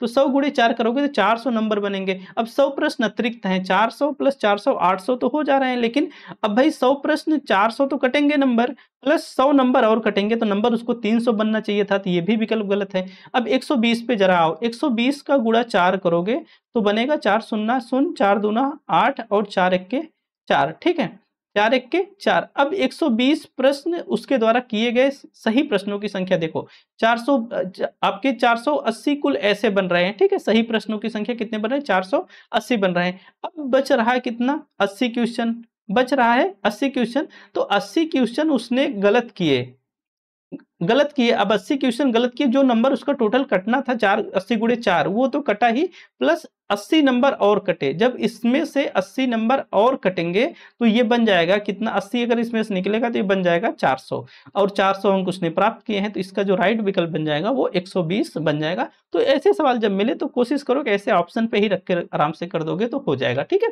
तो 120 इसका राइट आंसर बन जाएगा। नेक्स्ट है, अब physics instructor has to make instructional, भौतिक विज्ञान के एक प्रशिक्षक को न्यूटन के गति के नियम को प्रदर्शित करने वाले निर्देशात्मक वीडियो बनाने हैं। इन वीडियो को रिकॉर्ड करने, एडिट करने, छात्रों के साथ साझा करने के लिए प्रशिक्षक को कौन से टूल उपयोग करना चाहिए, ठीक है। देखो फ्लिप ग्रिड नहीं बाबा, फ्लिप ग्रिड इस्तेमाल नहीं होगा, क्योंकि इसमें जो स्टूडेंट्स होते हैं वो डिस्कशन करते हैं, वीडियो डिस्कशन, ठीक है। पैडलेट नहीं, गूगल फॉर्म तो आप जानते हो कि हम इसको सर्वे करने के लिए ज़्यादातर इस्तेमाल करते हैं, क्वेश्चनेयर के लिए। तो इसका जो राइट विकल्प बन जाएगा वो कैमटेसिया बन जाएगा। कैमटेसिया एक प्रकार का सॉफ्टवेयर होता है जो कि आपको स्क्रीन को रिकॉर्ड करने, वीडियो को एडिट करने की सुविधा देता है। कैमटेसिया भी मैं कई टाइम यूज करता हूं, हालांकि ये जो वीडियो मैं आपके साथ रिकॉर्ड कर रहा हूं मैं वो OBS स्टूडियो से रिकॉर्ड कर रहा हूं, कई टाइम मैं कैमटेसिया से ही वीडियो रिकॉर्ड किया करता हूं, दोनों सॉफ्टवेयर अवेलेबल हैं, ठीक है। तो कैमटेसिया, लेकिन जो OBS स्टूडियो है, OBS स्टूडियो में आपको वीडियो एडिट करने की व्यवस्था नहीं मिलती है। जो आपका कैमटेसिया है यहाँ पे हम रिकॉर्ड भी करते हैं और एडिट भी कर लिया करते हैं आसानी से। लेकिन OBS स्टूडियो एक प्रकार का स्टूडियो है जो कि आपको आपकी वीडियो को, बहुत सारी चीजें OBS और कैमटेसिया में डिफरेंट है, तो मेजर डिफरेंस यही है। OBS स्टूडियो में आपको क्या मिलता है कि वीडियो एडिट करने की फैसिलिटीज नहीं होती है, कंपैरेटिवली कैमटेसिया में देखेंगे तो वीडियो रिकॉर्ड भी होती है और आपकी एडिट भी हुआ करती है, ठीक है। तो इसके लिए जो सबसे अच्छा विकल्प, या अच्छा कहूँ कि सही विकल्प होगा, कैमटेसिया हो जाएगा, ठीक है। तो जो कैमटेसिया है बेसिकली एक प्रोफेशनल ग्रेड टूल है जो कि screen recording, video editing and instructional content creation करने के लिए जाना जाता है। फ्लिपग्रिड को देखोगे तो बेसिकली इसमें स्टूडेंट क्या करते हैं, वीडियो रिस्पॉन्सेस एंड डिस्कशंस क्या करते हैं। जो पैडलेट होता है एक प्रकार का कोलैबोरेटिव बुलेटिन बोर्ड टूल होता है जो कि बेसिकली हम रिसोर्सेस को शेयर करने के लिए इसको यूज करते हैं, ठीक है, not for recording, not for editing. Google form आप जानते ही हो, ठीक है। क्वेश्चन नंबर 11 है, द नाभिकीय रिएक्टरों में मंदक हुए पदार्थ होते हैं। नाभिकीय रिएक्टर, आपको इसके पहले एक सवाल में एक पेपर हम बताए थे ब्रीडर रिएक्टर, ठीक है। तो यहाँ पे देखिए ब्रीडर रिएक्टर नहीं है, ये नाभिकीय रिएक्टर है, ठीक है। कह रहा है कि रिएक्टर में मंदक हुए पदार्थ होते हैं जो न्यूट्रॉन की गति धीमा कर देते हैं, ये बात तो सही है। जो श्रृंखला प्रतिक्रिया को सीमित कर देते हैं, ना भाई सीमित नहीं करते हैं, वो प्रतिक्रिया को बनाए रखने में मदद करते हैं, ठीक है। तो सी वाला विकल्प सही हो जाएगा, जिसके बिना अधिकांश न्यूक्लियर रिएक्टरों में श्रृंखला प्रतिक्रिया रुक जाएगी, ये भी बात सही है, ठीक है। और जैसे भारी जल या D2O, तो कहने का मतलब ये है अगर आप यहां से B को हटा रहे हो तो ACDE इसका राइट विकल्प बन जाएगा। तो ACDE इसका राइट विकल्प है, ठीक है। अब देखो यहां से मैच कराने वाला सवाल है, बिल्कुल फैक्ट है, अगर फैक्ट याद है तो काम बनेंगे, नहीं याद है तो काम गड़बड़ हो जाएगा। अब म्योर सेंट्रल कॉलेज को देखोगे तो म्योर सेंट्रल कॉलेज को आप इलाहाबाद दे सकते हो, ठीक है। ओरिएंटल कॉलेज को आप अलीगढ़ विश्वविद्यालय दे सकते हो। जो यूनिवर्सिटी कॉलेज है, यूनिवर्सिटी कॉलेज को आप पंजाब विश्वविद्यालय दे सकते हो, ये चौथा हो गया। और जो केनिंग कॉलेज है, केनिंग कॉलेज को आप लखनऊ विश्वविद्यालय दे सकते हो, ठीक है। इस हिसाब से देखोगे तो ये तो गड़बड़ किया, म्योर सेंट्रल कॉलेज या 2 है, तो ए का दूसरा है और बी का तीसरा है, ए का दूसरा और बी का तीसरा। देखो सेकंड वाला विकल्प इसका राइट आंसर बन जाएगा। रट लेना ऐसे हमारी तरह, हमने इसको रट लिया है, ठीक है। कई बार इसकी बच्चों को प्रैक्टिस कराई है तो याद भी हो गया है। अब आप कहोगे सर ऐसे कितने सारे याद होंगे, बहुत ज्यादा बच्चे याद नहीं है, ठीक है। तो ये हो गया, तो याद रख लेना जो म्योर सेंट्रल कॉलेज है इलाहाबाद, ओरिएंटल कॉलेज अलीगढ़ विश्वविद्यालय, यूनिवर्सिटी कॉलेज आपका हो गया पंजाब विश्वविद्यालय और केनिंग लखनऊ विश्वविद्यालय, ठीक है। Which of the following research designs allows for the sequencing of external variables that are different from your aptitude. करा है कि निम्नलिखित में से कौन से शोध विकल्प में अभिरुचि एवं विभिन्न बाह्यवर्ती चरों को श्रृंखलाबद्ध बहिष्करण की अनुमति होती है। देखो वैसे इसका ये थोड़ा सा विवादित जरूर सवाल है, लेकिन इसका तब भी मोस्ट एप्रोप्रिएट जो सबसे ज्यादा अच्छा विकल्प होगा वो प्रायोगिक शोध होगा, एक्सपेरिमेंटल रिसर्च होगा, क्योंकि एक्सपेरिमेंटल रिसर्च में जो एक्सटर्नल फैक्टर्स होते हैं या हम कह सकते हैं कि जो कंफाउंडिंग फैक्टर्स होते हैं उनको हम कंट्रोल करना चाहते हैं और पूरी तरीके से उनको हम बाहर ही रखना चाहते हैं। कहने का मतलब है कि जो आपका आईवी और डीवी है, जो आपका इंडिपेंडेंट वेरिएबल और डिपेंडेंट वेरिएबल है, डिपेंडेंट वेरिएबल पर केवल और केवल प्रभाव हम देखना चाहते हैं इंडिपेंडेंट वेरिएबल का। इंडिपेंडेंट वेरिएबल पे जो मैनिपुलेशन करते हैं वही प्रभाव हम डिपेंडेंट वेरिएबल पर देना चाहते हैं। किसी भी प्रकार के अदर कंफाउंडिंग या एक्सट्रानियस वेरिएबल्स को हम क्या करते हैं, पूरी तरीके से हम इसको कंट्रोल करके रखना चाहते हैं जितना पॉसिबल हो सकता है। ठीक है, तो जो भी एक्सटर्नियस होते हैं या एक्सटर्नल वेरिएबल्स होते हैं उनको हम कंट्रोल करके रखते हैं। तो राइट विकल्प इसका प्रायोगिक शोध होगा। एनटीए ने भी इसको एक्सपेरिमेंटल रिसर्च ही दिया है, लेकिन लॉन्गिट्यूडनल को लेके थोड़ा सा यहाँ पे डाउट भी बनता है। ठीक है, एक्सपेरिमेंटल रिसर्च एनटीए ने इसको डी का विकल्प दिया है। अब देखो ये क्वेश्चन कंसीडर नहीं किया है आपके एनटीए ने, क्यों नहीं किया? देखिए .docx फाइल जो ये होती है एमएस वर्ड की फाइल होती है, ये आपकी फोटो की फाइल है। ठीक है, ये mp3 ऑडियो है और EMOB के लिए यहाँ पे डाउट क्रिएट हुआ था। ठीक है, तो इसलिए इसको क्या कर दिया गया, ये कंसीडर नहीं किया एनटीए ने। नेक्स्ट है What question does the notion interpretative journalism try to answer more than? कह रहा है कि व्याख्यात्मक पत्रकारिता की धारणा किन प्रश्नों का अधिक उत्तर देने का प्रयत्न करती है। ठीक है, प्रयत्न करती है, यत्न करती है। ठीक है, उत्तर देने का प्रयत्न करती है। तो जो इंटरप्रिटेटिव जर्नलिज्म होती है वो एक तरफ से जान लीजिए कि वो डिस्क्रिप्टिव होती है, एक्सप्लेनेटिव होती है। ठीक है, तो वो क्यों वाले प्रश्नों का जवाब देने का प्रयास करती है, कि मतलब कि डिटेल में सारी चीजें होती हैं। जो इंटरप्रिटेटिव जर्नलिज्म होती है बेसिकली ये इसका एम होता है भाई कि particular context analysis and deeper understanding प्रदान करना किसी भी फिनोमिना की, किसी भी इवेंट्स की। तो यहाँ पर कुल मिला के हम कह सकते हैं कि जो क्यों वाले सवाल होते हैं, कोई घटना क्यों हुई, कुछ क्यों हुआ, तो उसके काज को, उसके कॉन्टेक्स्ट को हम देखने का प्रयास करते हैं। कुल मिला के हम कहें कि हम पर्टिकुलर फिनोमिना या इवेंट्स की डीपर अंडरस्टैंडिंग करते हैं, जहां से हम ये समझने का प्रयास करते हैं कि आखिर ये क्यों हुआ। ठीक है, तो इसका राइट आंसर जो बन जाएगा वाई द क्वेश्चन। जो इंटरप्रिटेटिव जर्नलिज्म है वो वाई द क्वेश्चन या क्यों वाले प्रश्नों का जवाब देने का प्रयास करती है। नेक्स्ट ऑन है साइबर सिक्योरिटी से जुड़ा हुआ सवाल है। कह रहा है साइबर सुरक्षा घटना अनुक्रिया में आक्रमण घटित होने से पूर्व संवेदताओं की पहचान करना, उन्हें बंद करना शामिल होता है, पहला। दूसरा है सर्ट इन भारत में साइबर खतरों व आक्रमण हेतु पूर्व चेतावनी प्रणाली के रूप में कार्य करता है, बात सही है। टॉर द ओनियन रोटर परिवर्णी शब्द है जो लोगों को बुरे लोगों से उनकी इंटरनेट गतिविधि का पता लगाने से रोकने हेतु अज्ञात रूप से ऑनलाइन संचार करने योग्य बनाने के लिए वेब करता है, ये भी बात सही है।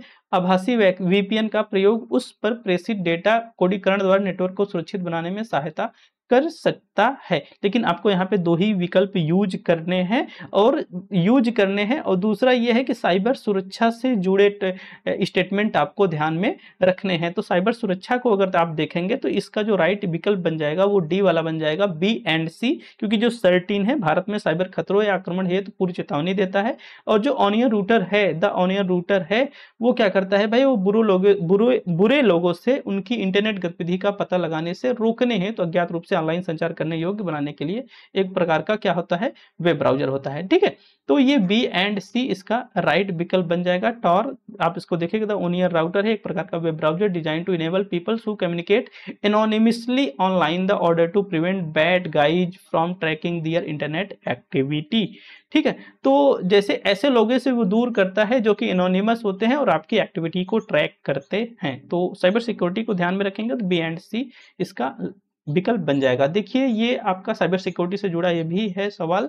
Misleading information, black over reach, plan propaganda and gray over propagation. ठीक है, मिसलीडिंग इंफॉर्मेशन का मतलब क्या है, भ्रामक सूचना। भ्रामक सूचना क्या है, मिसलीडिंग इंफॉर्मेशन मतलब अनट्रू अबाउट द अपोजिशन, विपक्ष के विषय में असत्य बतलाना। विपक्ष के विषय में असत्य बतलाना, भ्रामक सूचना देना। तो इस हिसाब से देखोगे तो ए का तीसरा बन जाएगा, और जैसे ही ए का तीसरा बनेगा इसका राइट विकल्प भी तीसरा ही बन जाएगा, सी बन जाएगा। तो आप देखोगे जो ब्लैक ओवररीच है, ब्लैक ओवररीच का मतलब है intentional suppression of the conflict opinion, परस्पर विरोधी विचारों का दमन करना। हो सकता है, नहीं हो सकता है। टैक्टिकल ट्रांसमिशन ऑफ लाइज, तो थर्ड ही विकल्प इसका सही है। तो आप बी के तरफ चलोगे तो बी का 4 है, लेकिन बी का क्या है, टैक्टिकल ट्रांसमिशन ऑफ लाइज है, मतलब कि झूठ का बहुत ज्यादा वो कर देना, प्रचार कर देना। और जो आपका थर्ड है प्लान प्रोपेगेंडा का मतलब है कि भाई intentional suppression of the confliction of opinion, and gray over propagation का मतलब है कि the transmission of information may और मे नॉट बी फॉल्स, सूचना संचरण असत्य भी हो सकती है, नहीं भी हो सकती है। तो देखो कई टाइम ऐसे जो कम्युनिकेशन या आपके साइबर सिक्योरिटी या कम्युनिकेशन से ऐसी टेक्नोलॉजीज मिल जाएंगी जहां आप थोड़ा सा जरूर फंसोगे। हो सकता है ऐसे नाम ना सुने हो, लेकिन अगर थोड़ा सा वहां पे लगाओगे चारों में से कुछ ना कुछ ऐसे पॉइंट्स मिल जाएंगे जिस पॉइंट से ही आपके सारे सवाल सॉल्व हो जाएंगे। जैसे देखो यहाँ पे ये जो भ्रामक सूचना दिया था या मिसलीडिंग इंफॉर्मेशन दिया था, यहां से तो ये चीजें एकदम क्लियर हो रही थी। ये चीजें जब क्लियर हो रही थी तो आराम से हम आंसर तक पहुंच गए थे। ठीक है, अब देखो जो साइबर सिक्योरिटी की इंफॉर्मेशन टाइप है, जो मिसलीडिंग इंफॉर्मेशन का मतलब है कि भाई ऐसी सूचना जो विरोधी पक्ष के बारे में गलत जानकारी फैला रही। जैसे देखो इस समय सत्ता पक्ष और विपक्ष है, सत्ता पक्ष और विपक्ष है। सत्ता पक्ष क्या करता है, जो विपक्ष है विपक्ष के प्रति ऐसी सूचनाएं फैलाने का प्रयास करता है जो कि भाई इसका नुकसान दे, और विपक्ष ऐसा करता है कि जो सत्ता पक्ष को नुकसान दे। ठीक है, तो गलत जानकारी फैलाने का मतलब। ब्लैक ओवर रीच का मतलब है टैक्टिकल ट्रांसमिशन ऑफ लाइज, जानबूझकर झूठी जानकारी को रणनीतिक रूप से फैलाने की कोशिश करना ब्लैक ओवर रीच है। प्लान प्रोपेगेंडा का मतलब यह है कि इसमें विरोधी विचारों को जानबूझकर दबाया जाता है ताकि पक्षी विचार फैलाया जा सके। जैसे एक छोटा सा उदाहरण अभी दूं, एसएससी को लेकर देखिए इतना सारा प्रोटेस्ट हुआ। अब की सरकारें क्या करती है, बल्कि जब कांग्रेस सरकार थी ना, कांग्रेस सरकार में इस तरह प्रोटेस्ट का दमन नहीं होता था। लेकिन जब से बीजेपी की सरकार है, मतलब ऐसा नहीं है कि ये केवल मतलब कि बीजेपी की सरकार है, तब से देखेंगे किसी भी प्रोटेस्ट को क्या कर दिया जाता, सीधे सीधे दबा दिया जाता, उनका दमन कर लिया जाता है। ठीक है, अब कहेंगे कि भाई कंपैरेटिवली अगर देखेंगे तो ठीक है, ऐसा नहीं है कि बीजेपी के सारे काम गलत ही हैं, बहुत सारे काम सही हैं। लेकिन अगर आप प्रोटेस्ट के मामले में देखेंगे, आप अपने अधिकार मांगने के बारे में देखेंगे, जैसे किसानों वाला मामला भी देख लीजिए, या यही हाल फिलहाल का एसएससी वाला सबसे अच्छा उदाहरण है, इसको देखेंगे तो यहाँ पे क्या होता है कि यहाँ पे सीधे चीजों को दमन कर लिया जाता है, उसको सुना नहीं जाता है। कई टाइम जैसे पहले होता था कि आप 1-2 लाख भी ट्वीट आप कर दीजिए, आपकी बात मतलब कि हेड ऑफ तक पहुंच जाती थी। आप आज 20 लाख ट्वीट कर दीजिए लेकिन नहीं पहुंचती हैं बातें। ठीक है, तो यहाँ पे क्या है, प्लान प्रोपेगेंडा है कुल मिला के। इसमें जो विरोधी बातें होती हैं, ऐसी बातें जो कि सत्ता पक्ष में नहीं होती है, सत्ता पक्ष के विरोध में होती हैं, तो वो क्या करते हैं, एक तरफ से उसको डोमिनेट कर देते हैं, दबा देते हैं। केवल एक पक्षी विचार फैलाया जा सकता है। जैसे आज के हिसाब से देखेंगे तो अगर आज देश की या कहें कि जो गवर्नमेंट है, गवर्नमेंट को क्रिटिसाइज करेंगे, मतलब है कि देश को क्रिटिसाइज हो रहा है, मतलब इस तरह का प्रोपेगेंडा बना दिया गया। अगर आप गवर्नमेंट को क्रिटिसाइज कर रहे हो तो देश को क्रिटिसाइज कर रहे हो, कहेंगे देश विरोधी बातें कर रहे हैं। जबकि आप कर क्या रहे हो, जो गवर्नमेंट की गलत नीतियां हैं या गलत बातें हैं, आपके पर्सपेक्टिव से, आपके अकॉर्डिंग से आप उसको क्रिटिसाइज कर रहे हो, तो सामने वाली गवर्नमेंट क्या करती है, कहती है भाई आप देश विरोधी हो, देश विरोधी बातें करते हो। तो पहले ऐसा नहीं हुआ करता था। तो दूसरा ये है कि ग्रे ओवर प्रोपोगेशन। ठीक है, ग्रे ओवर प्रोपोगेशन का मतलब क्या है कि भाई ऐसी जानकारी फैलाई जाती है जो सही भी हो सकती है और गलत भी हो, उसमें भ्रम पैदा करना होता है। ठीक है, तो ये क्वेश्चन नंबर 19 था। One of the main recommendations of the national policy of education 2020 establish the reconstructing of higher education India. ठीक है, करा भाई राष्ट्रीय शिक्षा नीति 2020 की संस्तुति में से मुख्य संस्तुति भारत में उच्च शिक्षा के पुनर्संरचना के लिए स्थापना करना था। तो क्या था भाई, एक तो देखो ऑटोनोमस कॉलेज तो था, कंफर्म बात है कि ऑटोनोमस कॉलेज था। अगर ऑटोनोमस कॉलेज था तो एक ऑप्शन इसका और सही है, उच्चतर शिक्षा संस्था समूह, हायर एजुकेशन इंस्टीट्यूशन क्लस्टर बनाने की बात हुई है। तो ऑटोनोमस कॉलेज का मतलब है कि जो भी भाई उच्च शिक्षा के संस्थान है उनको ऑटोनोमस बनाया जाए, उनको स्वायत्तता दी जाए कि वे अपने पाठ्यक्रम मूल्यांकन और प्रशासनिक निर्णय स्वतंत्र रूप से ले सकें। और दूसरा जो हायर एजुकेशन इंस्टीट्यूशन क्लस्टर बनाने की बात है कि भाई जो ये अलग अलग उच्च शिक्षा में विखंडन है, अलग अलग सब है, उनको क्या किया जाए, जोड़ा जाए, उनका गुच्छा बनाया जाए, उनको क्लस्टर बनाया जाए, जिससे जो बड़े बहुविषयक विश्वविद्यालयों और एचईआई समूहों में उनको बदला जा सके। दूसरा सबसे ज्यादा इसका फायदा ये होगा कि अगर क्लस्टर बनाने का सबसे ज्यादा फायदा यही होगा कि रिसोर्सेस की आपस में शेयरिंग आसान हो जाएगी, और इस रिसोर्सेस की अगर शेयरिंग आसान हो जाएगी तो कम अमाउंट में, कम रिसोर्स में हम मैक्सिमम काम कर सकते हैं। ठीक है, अब चलो 21 की तरफ, यहाँ पे देखोगे तो एनटीए ने इसको कंसीडर नहीं किया, हालांकि वर्क एंड टाइम का सवाल था, सरल था, लेकिन आंसर इसके सारे के सारे गलत हैं, ठीक है। In such a situation when a researcher wants to test whether mean value of population is less than an estimated value which is test does the researcher use. कह रहा है कि ऐसी स्थिति जब कोई शोधकर्ता यह परीक्षण करना चाहता है कि समष्टि का मध्यमान किसी प्राकल्पित मान से कम है, तो शोधकर्ता कौन सा परीक्षण करेगा? भाई शोधकर्ता करेगा लेफ्ट वामपक्षी परीक्षण, या कहें हम कहें कि लेफ्ट कैडुअल टेस्ट करेगा, ठीक है। तो अगर आपको पता है तो ये बातें मैंने आपको बतलाई थी। अगर मध्यमान से आपका डाटा कम आ रहा है, मध्यमान से डाटा कम आ रहा है, तो यहाँ पे क्या करेगा, जो आपका शोध करता है वो करेगा लेफ्ट मतलब कि लेफ्ट कैडुअल टेस्ट या वाम पुच्छी परीक्षण, ठीक है। अगर अनुमानित मान से कम है तो लेफ्ट टेल्ड टेस्ट, यहाँ पे गलत हो गया, लेफ्ट टेल्ड टेस्ट, ठीक है, लेफ्ट टेल्ड टेस्ट, ठीक है। Next on the second generation of the internet web 2.0 can be best described, ठीक है, कैन बी बेस्ट डिस्क्राइब्ड। कह रहा है कि माइक्रोसॉफ्ट द्वारा विकसित और शिक्षकों को छूट पर उपलब्ध सॉफ्टवेयर पैकेज देना। वेब 2.0 को करना है, देखो वेब 2.0 को करना है, देखो वेब पांचों मतलब वेब 5.0 तक मैंने आपको बतलाया है। इंटरनेट के प्रति एक अभिगम प्रयोक्ता ब्लॉग, विकीज, फंस गया मामला, पॉडकास्ट, निःशुल्क मुक्त मंचों पर विचार, मत व सोच साझा कर सकते हैं। तो ये बात सही है भाई, ये वेब 2.0 में ही आया कि एक तरफ से जानो सोशल जो आप साइट्स आज यूज कर रहे हो, जिस पर अपने व्यू ऑफ पॉइंट अपनी बातें रख पा रहे हो, तो वो वेब 2.0 में ही आया था। यहाँ पे आप blog, Facebook, social media, Facebook, Instagram वगैरह इस्तेमाल कर रहे हो ना, वो सब यही है, तो यही इसका राइट विकल्प है, ठीक है। क्वेश्चन नंबर 24 है, if the researcher age, gender और race influences in the behaviour of the participant of the study it is called, मतलब कि जब भाई रिसर्चर का एज, जेंडर प्रभावित करे उसकी रिसर्च को, ठीक है, तो प्रतिभागी के व्यवहार को प्रभावित करे, तो इसे क्या कहा जाता है? ध्यान रखिएगा, इसको बायो सोशल इम्पैक्ट्स बोला जाता है, बायो सोशल इम्पैक्ट्स, ठीक है। नेक्स्ट ऑन है मेमोरी, टाइप्स ऑफ मेमोरी से सवाल है, इसको हमने वन क्वेश्चन सीरीज में भी सॉल्व कराया है सवाल। देखो यहाँ पे डिक्लेरेटिव मेमोरी है, प्रोसीजरल है, एपिसोडिक है एंड सेमेंटिक है। सेमेंटिक को कल वाले में पेपर में हमने सॉल्व कराया था। जो सेमेंटिक मेमोरी होती है वो फैक्ट्स को ध्यान में रखती है, फैक्ट, तथ्य को याद रखती है, तो आप इसके लिए डी को सेकंड ले जा सकते हो। क्यों ले सकते हो? क्योंकि एक छात्र का सामान्य ज्ञान जो होता है जनरली वो फैक्ट पे डिपेंड होता है। दूसरा जो एपिसोडिक मेमोरी होती है बच्चा, वो पर्टिकुलर जो लाइफ में फिनोमिनाज होती हैं, लाइफ के इवेंट्स होते हैं, उनको याद रखने में मदद करती है। तो सी का आप सेकंड ले जा सकते हो, और सॉरी सी का फर्स्ट ले जा सकते हो। तो डी का तो हो गया सेकंड, डी का सेकंड और सी का फर्स्ट, डी का सेकंड और सी का फर्स्ट। देखो सेकंड वाला विकल्प इसका राइट आंसर बन जाएगा। डिक्लेरेटिव मेमोरी पे आओगे तो डिक्लेरेटिव मेमोरी का मतलब ये है कि शाब्दिक रूप से बताई जा सकने वाली विशिष्ट तथ्यों या घटनाओं, जैसे किसी को आप मैं पूछूं तो आप उसको थोड़ा डिस्क्रिप्टिव में बतला पाओ, ठीक है।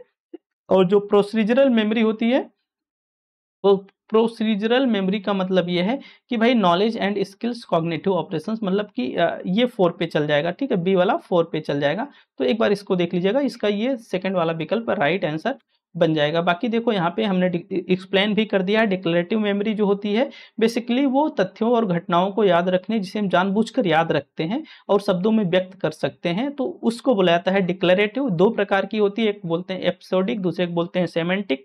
जो एपिसोडिक मेमोरी होती है बेसिकली वो लाइफ एक्सपीरियंस है, जो पर्टिकुलर किसी फिनोमिना से जुड़ी होती है, जैसे जन्मदिन, शादी, पार्टी वगैरह सब चीज़ें याद रहती हैं, ठीक है, एपिसोडिक मेमोरी।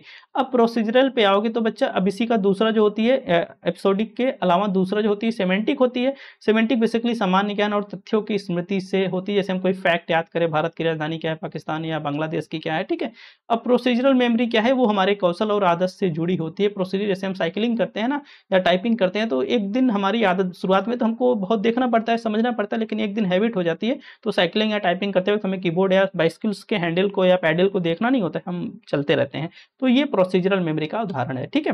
बेसिकली ये जो विभाजन किया था एंडेल टुल्विंग ने किया था, जो कि कनाडाई मनोवैज्ञानिक थे। इन्होंने बतलाया कि भाई जो इन्होंने बतलाया कि भाई हम जानकारी को कैसे संग्रहित करते हैं और कैसे उसको पुनः प्राप्त करते हैं। इनके अनुसार episodic memory semantic and procedural होती है। जो एपिसोडिक मेमोरी होती है वो डिक्लेमेटिव मेमोरी का भाग होती है, इसको हम एक्सप्लिसिट मेमोरी के नाम से भी जानते हैं। जो सेमेंटिक होती है डिक्लेरेटिव का ये भी भाग होती है, एक्सप्लिसिट मेमोरी का बोलते हैं, ठीक है, इम्प्लिसिट, हाँ ठीक है, एक्सप्लिसिट। और जो प्रोसीजरल होती है उसको हम इम्प्लिसिट के नाम से जानते हैं। तो आप ब्रॉडली अगर कहेंगे तो मेमोरी कितने प्रकार की होती है आप ऐसे कर सकते हो, एक होती है एक्सप्लिसिट और दूसरी होती है इम्प्लिसिट। जब एक्सप्लिसिट पे आएंगे तो आप कहोगे एपिसोडिक होती है और सेमेंटिक होती है, और इम्प्लिसिट पे जाएंगे तो कहोगे आप प्रोसीजरल होती है, ठीक है। तो इस हिसाब से भी विभाजन आपसे पूछे जा सकते हैं। What was the level of the pre-industrial area carbon dioxide, ठीक है, What was the level of the pre-industrial area carbon dioxide, पूर्व औद्योगिक युग का स्तर क्या था। औद्योगिक स्तर, सॉरी गलत हो गया, पूर्व औद्योगिक युग में, हाँ यहाँ पे गड़बड़ी हो, तभी तो वहां भी गड़बड़ी हो गया। पूर्व औद्योगिक युग में कार्बन डाइऑक्साइड का स्तर क्या था, ये सवाल था, ठीक है। पूर्व औद्योगिक युग में कार्बन डाइऑक्साइड का स्तर क्या था। देखो एकदम फैक्ट सवाल है, रिपीट नहीं होते हैं, पता नहीं कहां से बीच में आ जाते हैं। इसका जो राइट आंसर है 280 ppm, ठीक है, ध्यान में रखिएगा। जो आपका पूर्व औद्योगिक युग था, जो प्री इंडस्ट्रियल एरा था, वहां पर क्या है कि जो उस समय जो कार्बन डाइऑक्साइड का लेवल था वो 280 ppm था। अगर आज को आप देखेंगे तो आज में ये जो कार्बन डाइऑक्साइड या पीपीएम, जो कार्बन डाइऑक्साइड 280 ppm है, बढ़कर बहुत ज्यादा हो गया है, ठीक है। चलो, in the number of series one element is wrong, find the position, ठीक है। अब लिखा क्या है, रॉन्ग आपको ढूंढना है, रॉन्ग ढूंढना है। तो 325 है, 259 है, 202 है, 160 है, 127 है, 105 है और 94 है।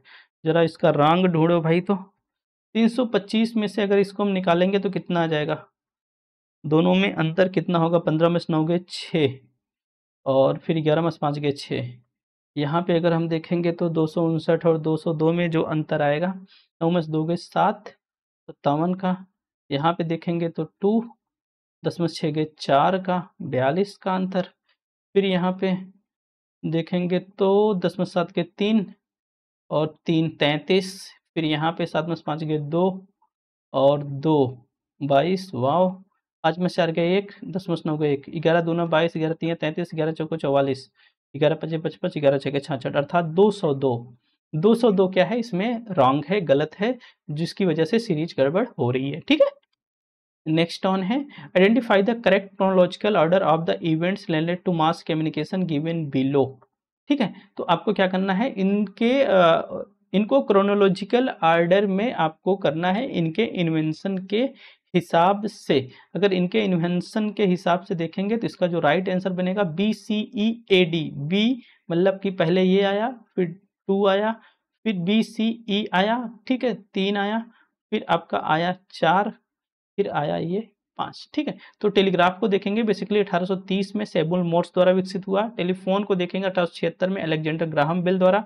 फोनोग्राफ को देखेंगे 1877 में थॉमस एडिसन द्वारा। केबल टेलीविजन को देखेंगे 1948 में, ठीक है। MP3 को देखेंगे 1990 के दशक में इसकी शुरुआत हुई थी। तो जो इसका मोस्ट अप्रोप्रिएट आंसर होगा BCE-AD, राइट आंसर, ठीक है। Which of the following waves is not produce during the earthquake, भूकंप के दौरान निम्नलिखित में से कौन सी तरंग उत्पन्न नहीं होती है। तो शायद एक ऐसा कोई बच्चा नहीं होगा जिसको नहीं पता होगा। P वेव होती है, S वेव होती है, लव वेव होती है, Q वेव नहीं होती है। तो राइट आंसर इसका बन जाएगा Q वेव, ठीक है। जो प्राथमिक तरंगे होती है इनको हम प्रेशर वेव्स या प्राथमिक तरंगे कहा जाता है।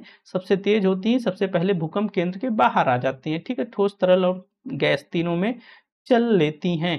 अगर आप द्वितीयक पे चलोगे तो इनको शियर वेव्स या द्वितीयक तरंग थोड़ी धीमी होती हैं, ठोस माध्यम से गुजरती हैं, कंपन इनका ऊपर नीचे होता है, ठीक है। ये लॉन्गिट्यूडनल होता है, आगे पीछे होता है, ठीक है। अगर सरफेस पे चलोगे तो ये पृथ्वी की सतह पे चलती हैं, सबसे ज़्यादा खतरनाक होते हैं क्योंकि ये लेयर्स पे आ जाती है ऊपर, हम लोग जहाँ रहते हैं। इनको लव वेव्स भी बोला जाता है, रेले वेव्स भी बोला जाता है। ये ऊपर नीचे और गोलाकार गति करती है, इसीलिए सबसे ज़्यादा खतरनाक होती हैं, ठीक है। क्वेश्चन नंबर 30 है, which of the following arrange the order of decreasing reality, ठीक है। तो आपको डिक्रीजिंग इसको करना है घटते क्रम में, मतलब कि सबसे बड़ा मैथमेटिक्स ना, अर्थमेटिक, हाँ सबसे बड़ा गणित होगा, सबसे बड़ा गणित होगा। गणित के बाद अर्थ गणित होगा, मतलब अंक गणित होगा, अंक गणित के बाद आएंगे नंबर्स, नंबर्स में आएंगे प्राइम नंबर्स। पहला वाला विकल्प इसका राइट आंसर बन जाएगा। ठीक है। एंशियंट, प्राचीन वैदिकरण पाणिनि निम्नलिखित में से कौन से अधिगम स्थान पे विद्यार्थी थे? पाणिनि, अगर हायर एजुकेशन की यूनिट आप लोग देखे होंगे तो ऐसे सवाल देने में कोई दिक्कत नहीं होगी। फैक्ट है, ध्यान में रखिएगा। पाणिनि कहाँ पढ़े थे? वो तक्षशिला में पढ़े हुए थे। पाणिनि कहाँ पढ़े थे? तक्षशिला में पढ़े हुए थे। ठीक है। टू प्रोपोजिशंस आर डिस्टॉर्ट, क्या रहा है? दो प्रतिज्ञप्तियां व्याघाती हैं। अच्छा, कॉन्ट्राडिक्टरी, ये गूगल ट्रांसलेट भी बहुत परेशान करता है। कॉन्ट्राडिक्टरी रिलेशन के बारे में मैंने तो आपको पढ़ाया है। तो कह रहा है कि they both can not be true, दोनों एक साथ सत्य नहीं हो सकते हैं, बात तो सही है। One if the pairs will be 100% true and one, युग में से एक 100% सत्य होगी और एक 100% असत्य होगी, ये भी बात सही है। दोनों असत्य हो सकती हैं, नहीं भैया गलत है। दोनों वे दोनों असत्य हो सकती हैं, नहीं, वे दोनों असत्य नहीं हो सकती हैं, ये सही है। तो आप कहोगे दोनों सत्य नहीं हो सकती हैं, वे दोनों सत्य नहीं हो सकती, ये भी सही है। ए सही है, बी सही है और डी सही है। ए बी डी इसका राइट विकल्प बन जाएगा। कॉन्ट्राडिक्टरी बताया था ना, ये देखो एक साथ ये ट्रू नहीं हो सकते, एक दूसरे के विरोधाभासी होते हैं, एक साथ एक जैसे नहीं हो सकते, एक साथ ना तो सत्य हो सकते हैं ना ही असत्य हो सकते हैं। ऐसे देखो, ए को देखोगे और ओ को देखोगे, तो अगर ये ट्रू होगा तो ये फॉल्स होगा बच्चा, अगर ये फॉल्स होगा तो ये ट्रू होगा, अगर ये फॉल्स होगा तो ये ट्रू होगा, अगर ये फॉल्स होगा तो ये ट्रू होगा। कहने का मतलब दोनों एक साथ एक जैसे नहीं हो सकते, फॉल्स फॉल्स नहीं हो सकते, ट्रू ट्रू नहीं हो सकते, एक फॉल्स रहेगा तो एक ट्रू रहेगा ही। ठीक है। चलो, एक निश्चित कूट लेखन में फ्लाउट को IIRW लिखा जाता है, तो मैं बताऊं कि आप लोग इसको कर लेंगे, मैंने किसी में तो इसको बतलाया नहीं है। अब देखोगे IIRW को देखोगे, देखो F का मतलब क्या है? F का मतलब 6 है, L का मतलब क्या है? 12 है, O का मतलब क्या है? ऐसे याद रखना पड़ेगा। 15 है, 21 है, 20 है। ठीक है, 21 है, 20 है। तो अब देखो जरा यहाँ पे क्या है, E 9 हो गया, ये 9 हो गया, तो आप देखोगे यहाँ पे +3 हुआ है, यहाँ पे देखो -3 हुआ है, तो आप लोग कर लेना। इसका जो राइट आंसर है वो आ जाएगा फिल का FIL के। ठीक है, तो कर लेना इसको।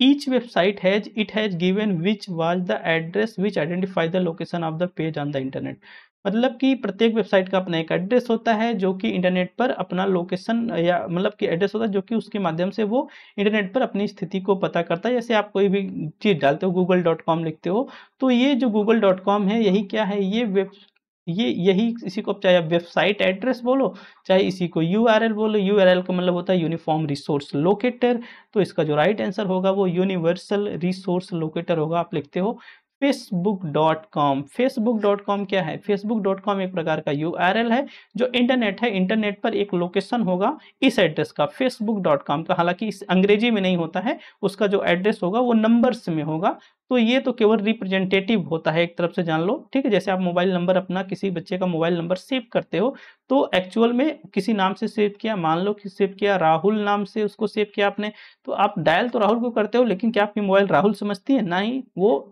समझती है किसको? उसके नंबर को। ठीक है, तो उसी प्रकार ये जो facebook.com दिख रहा है आपको, तो ये नंबर, ये टेक्स्ट फॉर्म है, बाकी इसके पीछे न्यूमेरिक्स हैं। ठीक है, तो यहाँ पे बस इतना ही जानो, यूनिवर्सल रिसोर्स लोकेटर इसका राइट आंसर है। Which of the following research design is likely to have the problem of sample friction? कह रहा है कि भाई प्रतिदर्श घर्षण की समस्या रहने की संभावना, देखो उसमें सबसे ज्यादा सैंपलिंग फ्रिक्शन होगा जो सबसे ज़्यादा टाइम तक रिसर्चें चलती हैं। तो जो लॉन्गिट्यूडनल है वो 5 साल, 10 साल, 15 साल, 20 साल तक चलती है, तो लॉन्गिट्यूडनल आप कह सकते हो। और लॉन्गिट्यूडनल के ही टाइप हैं पैनल एंड कोहॉर्ट स्टडी, तो ये तीनों हो जाएंगे। तो अर्थात कहने का मतलब BCD इसका राइट आंसर बन जाएगा। जो लॉन्गिट्यूडनल स्टडी है, लॉन्गिट्यूडनल का ही भाग है पैनल एंड कोहॉर्ट स्टडी, तो ये सब थोड़े से लॉन्ग टाइम तक चलते हैं। लॉन्ग टाइम तक चलते हैं तो वहाँ पे सैम्पलिंग के फ्रिक्शन होने की संभावनाएं सबसे ज़्यादा होती हैं, कि भाई वो बीच में छोड़ के भाग सकता है, डेथ हो सकती है, स्टडी से दूर हो सकता है, तमाम तरह के इश्यूज आ सकते हैं। ठीक है, तो चलो ये कोहॉर्ट स्टडी है, पैनल स्टडी है और ट्रेंड स्टडी है। टाइप्स ऑफ हैं किसके, लॉन्गिट्यूडनल रिसर्च के। अगर आप बेसिकली देखेंगे जो कोहॉर्ट स्टडी होती है पर्टिकुलर इसमें किसी विशेष समूह की, जैसे एक ही वर्ष जन्मे जो लोग होते हैं उनको हम ट्रैक कर रहे हैं, तो उनको हम एक कोहॉर्ट बनाते हैं। 2025 में जो जन्मे लोग हैं एक कोहॉर्ट बनता है। पैनल का मतलब क्या है, हम एक ही प्रतिभागी से या बार बार उसी प्रतिभागी समूह से डाटा लेते हैं। इसमें व्यक्ति वही रहते हैं लेकिन समय के साथ उनमें उत्तरोत्तर बदलाव देखा जाता है। जैसे मान लो कि कोई बच्चा पैदा होता है, हम उसे 10 साल के लिए ट्रैक कर रहे हैं, तो हम पहले साल देखते हैं उस 10 बच्चों को, फिर दूसरे साल भी उन्हीं 10 बच्चों को, तीसरे साल भी उन्हीं 10 बच्चों को, चौथे साल भी उन्हीं 10 बच्चों को ट्रैक करते हैं। अब प्रतिभागी पार्टिसिपेंट तो वही हैं, वही 10 बच्चे हर बार हैं, लेकिन बस समय बदला है तो उनके हम बिहेव को या जो भी मेजर कर रहे हैं उसको हम देखते हैं। ट्रेंड स्टडी का मतलब क्या है कि हर बार अलग लोगों से ही हम डेटा लेते हैं, लेकिन जो हमारी पॉपुलेशन होती है वो एक ही होती है। ठीक है, पॉपुलेशन एक ही होती है। जैसे हमने मान लिया कि जौनपुर जिला हमारी पॉपुलेशन है, तो जौनपुर जिले से ही हम बार बार लेंगे डाटा, लेकिन अलग अलग लोगों से लेंगे। तो ये है trend study, panel study and cohort study. ये टाइप्स ऑफ लॉन्गिट्यूडनल रिसर्च के ध्यान में रखिएगा। ठीक है, क्वेश्चन नंबर 36 है, प्राकृतिक या मानवीय कारणों से उत्पन्न होने वाली रेडियो न्यूक्लियस की मौजूदगी के कारण पेयजल में रेडियोधर्मिता उत्पन्न हो सकती है। अच्छा भाई, निम्नलिखित में से कौन सा प्राकृतिक रूप से रेडियो न्यूक्लिडस पेयजल संदूषित होने की संभावना को बतलाता है। देखो, जो यूरेनियम की चट्टानें होती हैं, अगर उससे पानी रिसाव होगा तो भाई वहां पे रेडियोधर्मिता आ सकती है, और अगर पानी का रिसाव होगा तो रेडान गैस बनेंगी, तो रेडान गैस साथ में पानी से लग जाएंगी, तो वहां से भी रेडियोधर्मिता पैदा होगी। बस यही दो संभावनाएं हैं भाई, यूरेनियम एंड रेडान ही इसका राइट आंसर बनेगा। जो यूरेनियम का प्रभाव कैसे देख सकते हैं भाई, जो चट्टानें हैं प्राकृतिक रूप में पाई जाती हैं, तो भूजल इन चट्टानों से भी गुजरेगा तो यूरेनियम घुल जाएगा, यहाँ से किडनी डैमेज होने की संभावना। और जो रेडान है, यूरेनियम के विघटन से उत्पन्न होने वाली जो रेडियोधर्मी गैस, जब यूरेनियम ब्रेकआउट होती है तो उससे रेडियोधर्मी गैस बनती है, उसको हम रेडान बोलते हैं, तो वो भी पानी में आ जाएगी, तो ऐसे में रेडान उसमें घुल जाएगा, तो रेडान से फेफड़ों का कैंसर होने का संभावना। तो यूरेनियम एंड रेडान दोनों बोथ विकल्प सही हैं। ठीक है, सिलेक्ट द सिक्वेंशियल वेरिएबल।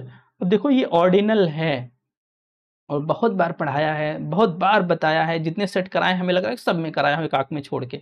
तो रैंक बतानी है आर्मी पर्सनल की, रिलीजन नहीं, ये सब तो हो जाएगा आपका नॉमिनल, कास्ट नहीं, लेवल ऑफ इनोनेंस। ठीक है, और ये तो हो जाएगा रेशियो में चल जाएगा, और उसमें इंटरवल में, तो ये बन गया आपका D and A and D इसका राइट विकल्प बन जाएगा, जहाँ पे हम रैंक बतला रहे हैं और खिंचने का स्तर बतला लेवल्स ऑफ इनोमिनेंस। देखो ठीक है, ये सब बता दिया, अब नहीं बताऊंगा इसको।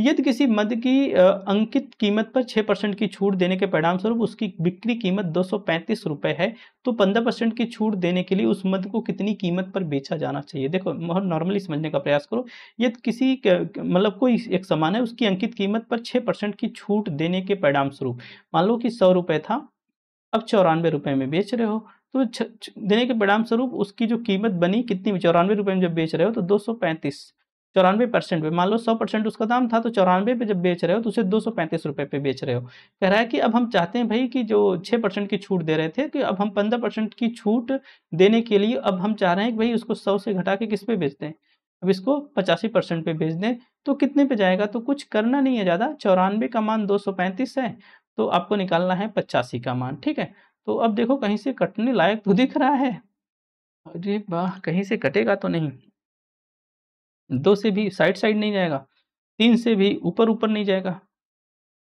3 त्रिका 9 नहीं जाएगा, नहीं जाएगा। तो करना कुछ नहीं है, अब इन दोनों को करना है मल्टीप्लाई, 235 में गुणा करना है 85 का और भाग करना है 94 से। ठीक है, अगर भाग करके देखोगे बच्चा तो मिल जाएगा तुमको 212.5। 3 अंक से 2 अंक में कैसे गुणा किया जाता है बताया ही हूँ, तो करके देख लीजिएगा, 212.5 इसका राइट आंसर बन जाएगा। ठीक है, क्वेश्चन नंबर 38 था ये, Charles Peirce is method of science study. Charles जो पियर्स थे, कह रहा है कि भाई उस संकेत विज्ञान को अध्ययन की उनकी पद्धति क्या थी। एकदम रट्टा सवाल है इसका, जो मतलब कि राइट आंसर है वो होना चाहिए आपकी अर्थवैज्ञानिक, जिसको हम बोलते हैं सेमी साइंटिफिक। ठीक है, सेमी साइंटिफिक जो चार्ल्स पियर्स साहब थे, उन्होंने इनकी अगर थियरी पढ़नी है तो कम्युनिकेशन थियरी आप पढ़िएगा। कम्युनिकेशन की यूनिट में मैंने एक वीडियो कम्युनिकेशन थियरी की दी है, जिसमें ये 5 थियरीज बताई हैं, रिहेटोरिकल, सेमियोटिक और cybernetic and socio psychological and socio culture. तो जो आपके किसकी बात कर रहे थे हम, एक मिनट, चार्ल्स पियर्स की बात कर रहे थे। जो चार्ल्स पियर्स साहब थे वो सेमियोटिक थ्योरी से जुड़े हुए थे, ठीक है। तो सेमियोटिक थ्योरी में ही इन्होंने साइन का अध्ययन किया है, संकेत का अध्ययन किया है, ठीक है। तो इन्होंने जैसे आप नॉर्मली उदाहरण दो, जैसे चौराहे पे रेड लाइट्स लगी होती, इन्होंने कहा कि भाई उस रेड लाइट का मतलब केवल रेड लाइट ही नहीं होता, ये जो लाइट्स होती हैं, जो सिग्नल्स होते हैं, हमको मैसेज भी प्रदान करते हैं। जैसे रेड लाइट का मैसेज ये होता है कि आपको अब रुक जाना है, ग्रीन का मैसेज है कि अब आपको मूव ऑन करना है, चलना है, ठीक है। तो इन्होंने सेमियोटिक्स पे साइन पर अध्ययन किया। तो इनकी जो पद्धति थी वो सेमी साइंटिफिक थी, अर्धवैज्ञानिक थी। तो सेमियोटिक्स से ये जुड़े थे, जो कि सेमियोटिक थ्योरी जो है, सेमियोटिक थ्योरी आपको बतलाती है कि कैसे जो साइंस होते हैं वो आप मीनिंग क्रिएट करते हैं। आपका जैसे जो साइन या सिंबल्स होते हैं कैसे वो मीनिंग क्रिएट करते हैं। आप रास्ते पे जाते रहते हो, सड़क पर ऐसे निशान बना होता है, तो क्या है भाई, ये जो साइंस है ये मीनिंग एक दे रहा है कि आपको यहाँ से टर्न आउट होना है या आगे से टर्न आउट होना है। तो इस कुछ तरीके की बातें होती है ना। तो जैसे रेड हार्ट्स होती है, इमोजी होती है जो कि रिप्रेजेंट करती है लव को। तो इनके कहने का मतलब है जो साइन है केवल नॉर्मली सिंबल ही नहीं है, वो हमको क्या देते हैं, वो हमको समझ देते हैं, अंडरस्टैंडिंग देते हैं, उसका मतलब होता है, ठीक है। तो इसको सेमियोटिक्स थ्योरी में हमने बतलाया था भाई। जो इसके फादर सेमियोटिक्स कहलाते हैं Ferdinand de Saussure and Charles Sanders Peirce and Ronald है रोलैंड ब्रदर्स है, ठीक है। तो ये 3 हैं, आप ध्यान में रखिएगा। सवाल आपसे पूछा गया था वो चार्ल्स पियर्स साहब से पूछा गया था, ठीक है। चलो क्वेश्चन नंबर 40 है। अब देखो ये स्वयं प्रभा के चैनल हैं, अभी कल ही बताया था, फिर से बीच में दौड़ पड़ा है।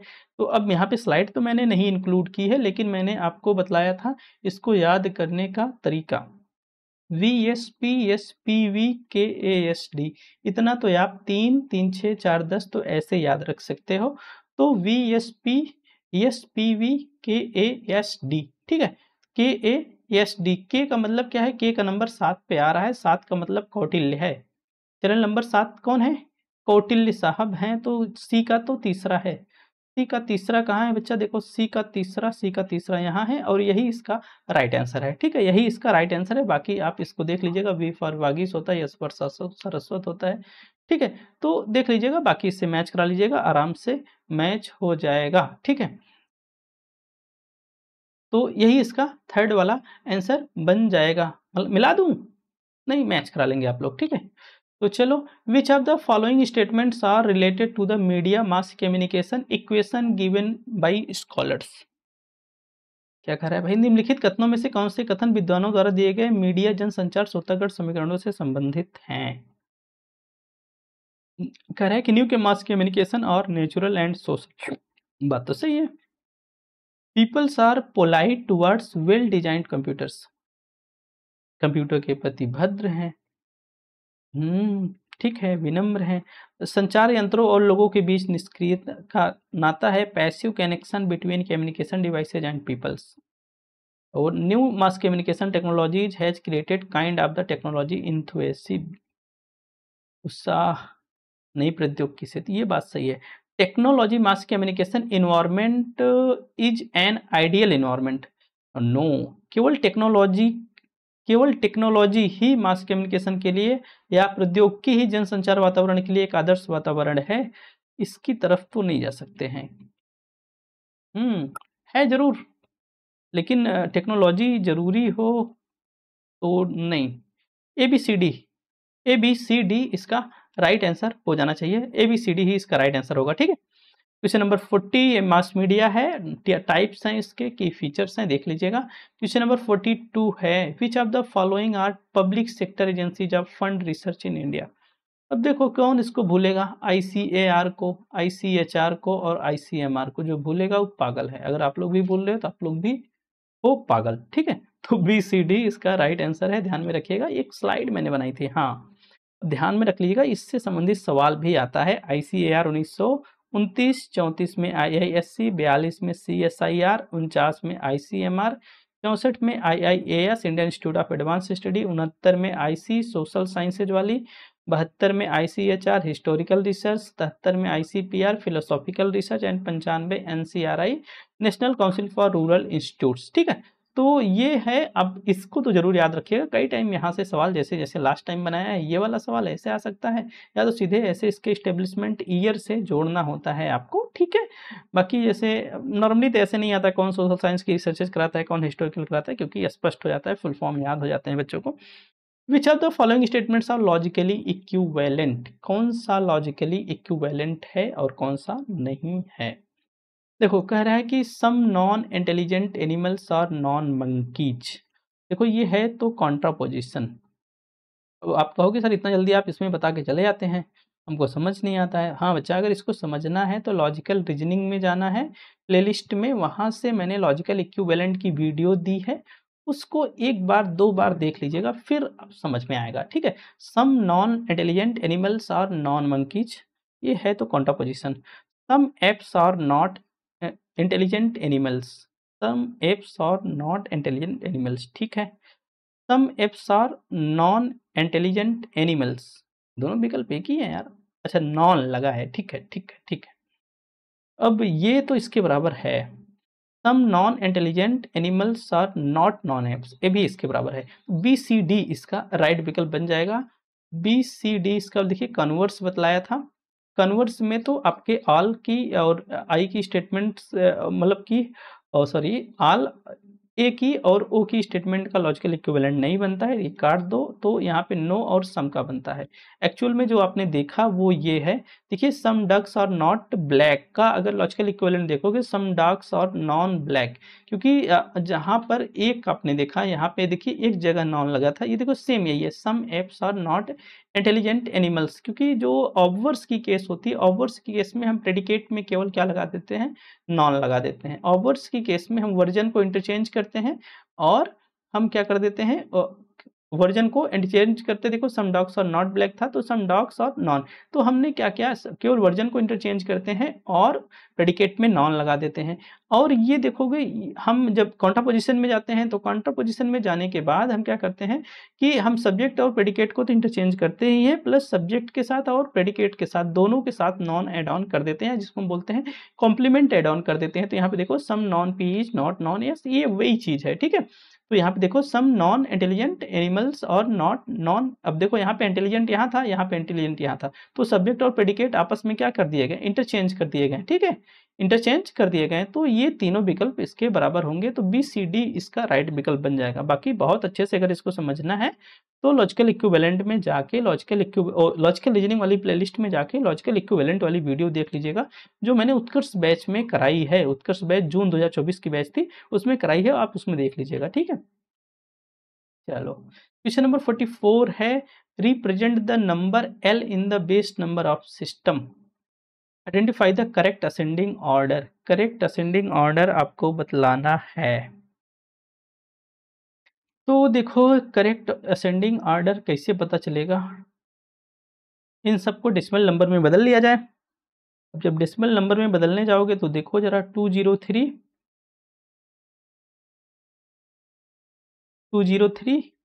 4 की पावर 0, 4 की पावर 1, 4 की पावर 2, तो यहाँ से तो 3 मिल जाएगा, यहाँ पे 0 मिल जाएगा, यहाँ पे तो 4 चौक 16 दूना 48 मिल जाएगा। तो कहने का मतलब है कि यहाँ पर आपको मिल जाएगा क्या, पेन 203, अच्छा 4 की पावर 0, 4 की पावर 1, 4 की पावर 2, 203 ही है ना, 4 चौक 16, 16 दूना 32 होता है, तभी तो कह रहा हूँ यार। यहाँ से मिल जाएगा 35, ठीक है, यहाँ से 35 मिल रहा है। अब ये है 1 0 0 0 0 0 0 0 1, अब 2 की पावर 0 करोगे, 2 की पावर 1 2 3 4 5 करोगे, तो यहाँ से तो 1 मिल जाएगा, यहाँ से 0 0 0 0, 2 की पावर 5 का मतलब क्या है, 2 की पावर का 5 का मतलब 32 है, तो 32 एक 33, तो यहाँ से मिल जाएगा 114 लिखा है, तो 5 की पावर 0 1 2, तो यहाँ से तो 4 मिल जाएगा, यहाँ से 5 और यहाँ से 25, 25 5 30 4 34, यहाँ से मिल जाएगा। अब 1012 है, तो 3 की पावर 0 1 2 3, ठीक है, तो यहाँ से तो 2 मिल जाएगा, यहाँ से तो 3, यहाँ से 0 और यहाँ से 9 27, 27 30 3 2 32। अब क्या कर रहा है, किस ऑर्डर में करना है, डेसिमल में कर दिया हमने सबको, असेंडिंग करना है। असेंडिंग का मतलब क्या है, छोटका से बड़का की तरफ, छोटका कहाँ है, छोटका 32 है, मतलब है कि डी वाला सबसे पहले आएगा। देखो डी कहीं पे है, हाँ 2 ठो है, दोनों तो खत्म हो गया। अब डी के बाद कौन आएगा? 32 के बाद कौन आएगा? 32 के बाद बी वाला आएगा ना। हाँ, ये बी वाला है ना। हाँ, 32 के बाद 33 आएगा, तो डी के बाद बी आएगा। डी के बाद बी आएगा तो अच्छा, ये और भी फंसा रहा है अभी। डी बी आ गया, फिर 32 हो गया, 33 हो गया, 34 कहाँ है? 34 यहाँ पे है, मतलब 114 वाला सी है, डी बी सी। पहला वाला विकल्प इसका राइट आंसर बन जाएगा। ठीक है, तो इस हिसाब से आपको कर लेना है। Next one, in the 10th 5-year plan major initiatives of the central government of field higher education. कह रहा है कि भाई 10th 5-year प्लान में 10th 5-year प्लान कब से कब तक था? 2002 से 7 तक। ध्यान में रखिएगा किसकी सरकार थी इस 5-year प्लान में? एक तो 2002 में भाई थी अटल अटल अटल बिहारी वाजपेयी जी की, और 7 तक तो इनकी सरकार चली नहीं थी, 5 में तो बदली गई थी, तो बन गए थे मनमोहन सिंह। ठीक है, डॉक्टर मनमोहन सिंह, जो कि आइडियल है हमारे भी। तो अटल सर और मनमोहन सर की थी ये पूरी 5-year प्लानिंग। इन्होंने इस्टेब्लिश 14 वर्ल्ड क्लास यूनिवर्सिटीज की बात हुई थी, और बेहतर प्रदर्शन के लिए निजी विश्वविद्यालयों को निधि, विश्वविद्यालयों में विज्ञान आधारित उच्च शिक्षा के अनुसंधान को बढ़ावा देना। ये 2 बातें तो ठीक हैं, ए और सी और ई। ठीक है, शामिल न किए गए राज्यों को, विश्वविद्यालयों कॉलेजों को वित्तीय सहायता प्रदान करना। तो ए और सी, ए सी ई इसका राइट विकल्प बन जाएगा। तो अब ऐसे देखिए, फर्स्ट 5-year प्लानिंग से लेके 10th 5-year प्लानिंग से लेके बीच बीच में सवाल आपसे इनपुट हो जाते हैं। तो कुछ बेसिक बातें हैं, मैं एक वीडियो लेके आऊँगा पूरे फर्स्ट से लेके पूरी आपकी जो 11वीं पंचवर्षीय योजना, 12वीं पंचवर्षीय योजना तक सारी चीज़ें मैं क्लियर करा दूंगा। ठीक है, सारी चीज़ें मैं क्लियर करा दूंगा जो बेसिकली हायर एजुकेशन के पर्सपेक्टिव से थी। तो इसका जो राइट विकल्प बन जाएगा वो ए सी ई इसका राइट विकल्प बन जाएगा, कि भाई उन्होंने क्या किया था कि 14 वर्ल्ड क्लास यूनिवर्सिटीज की बात की, इसको बात की कि भाई जो प्रौद्योगिकी आधारित शिक्षा है उसको मजबूत और बनाया जाए, और जो पिछड़े या अल्प कम विकसित राज्यों में उस शिक्षा संस्थान है उनको और पैसा दिया जाए, जिससे उनका भी स्तर ऊंचा हो जाए। ठीक है, तो ये तो रही आज की क्लास, जिसमें हमने 45 क्वेश्चन को कवर किया। उम्मीद करता हूँ ये बातें आपको बहुत अच्छी लगी होंगी, और पूरे क्वेश्चन नंबर 45 तक आप बहुत अच्छे से इसको समझ गए होंगे। तो चलिए, आज के लिए इतना ही। आप सभी को बहुत बहुत धन्यवाद।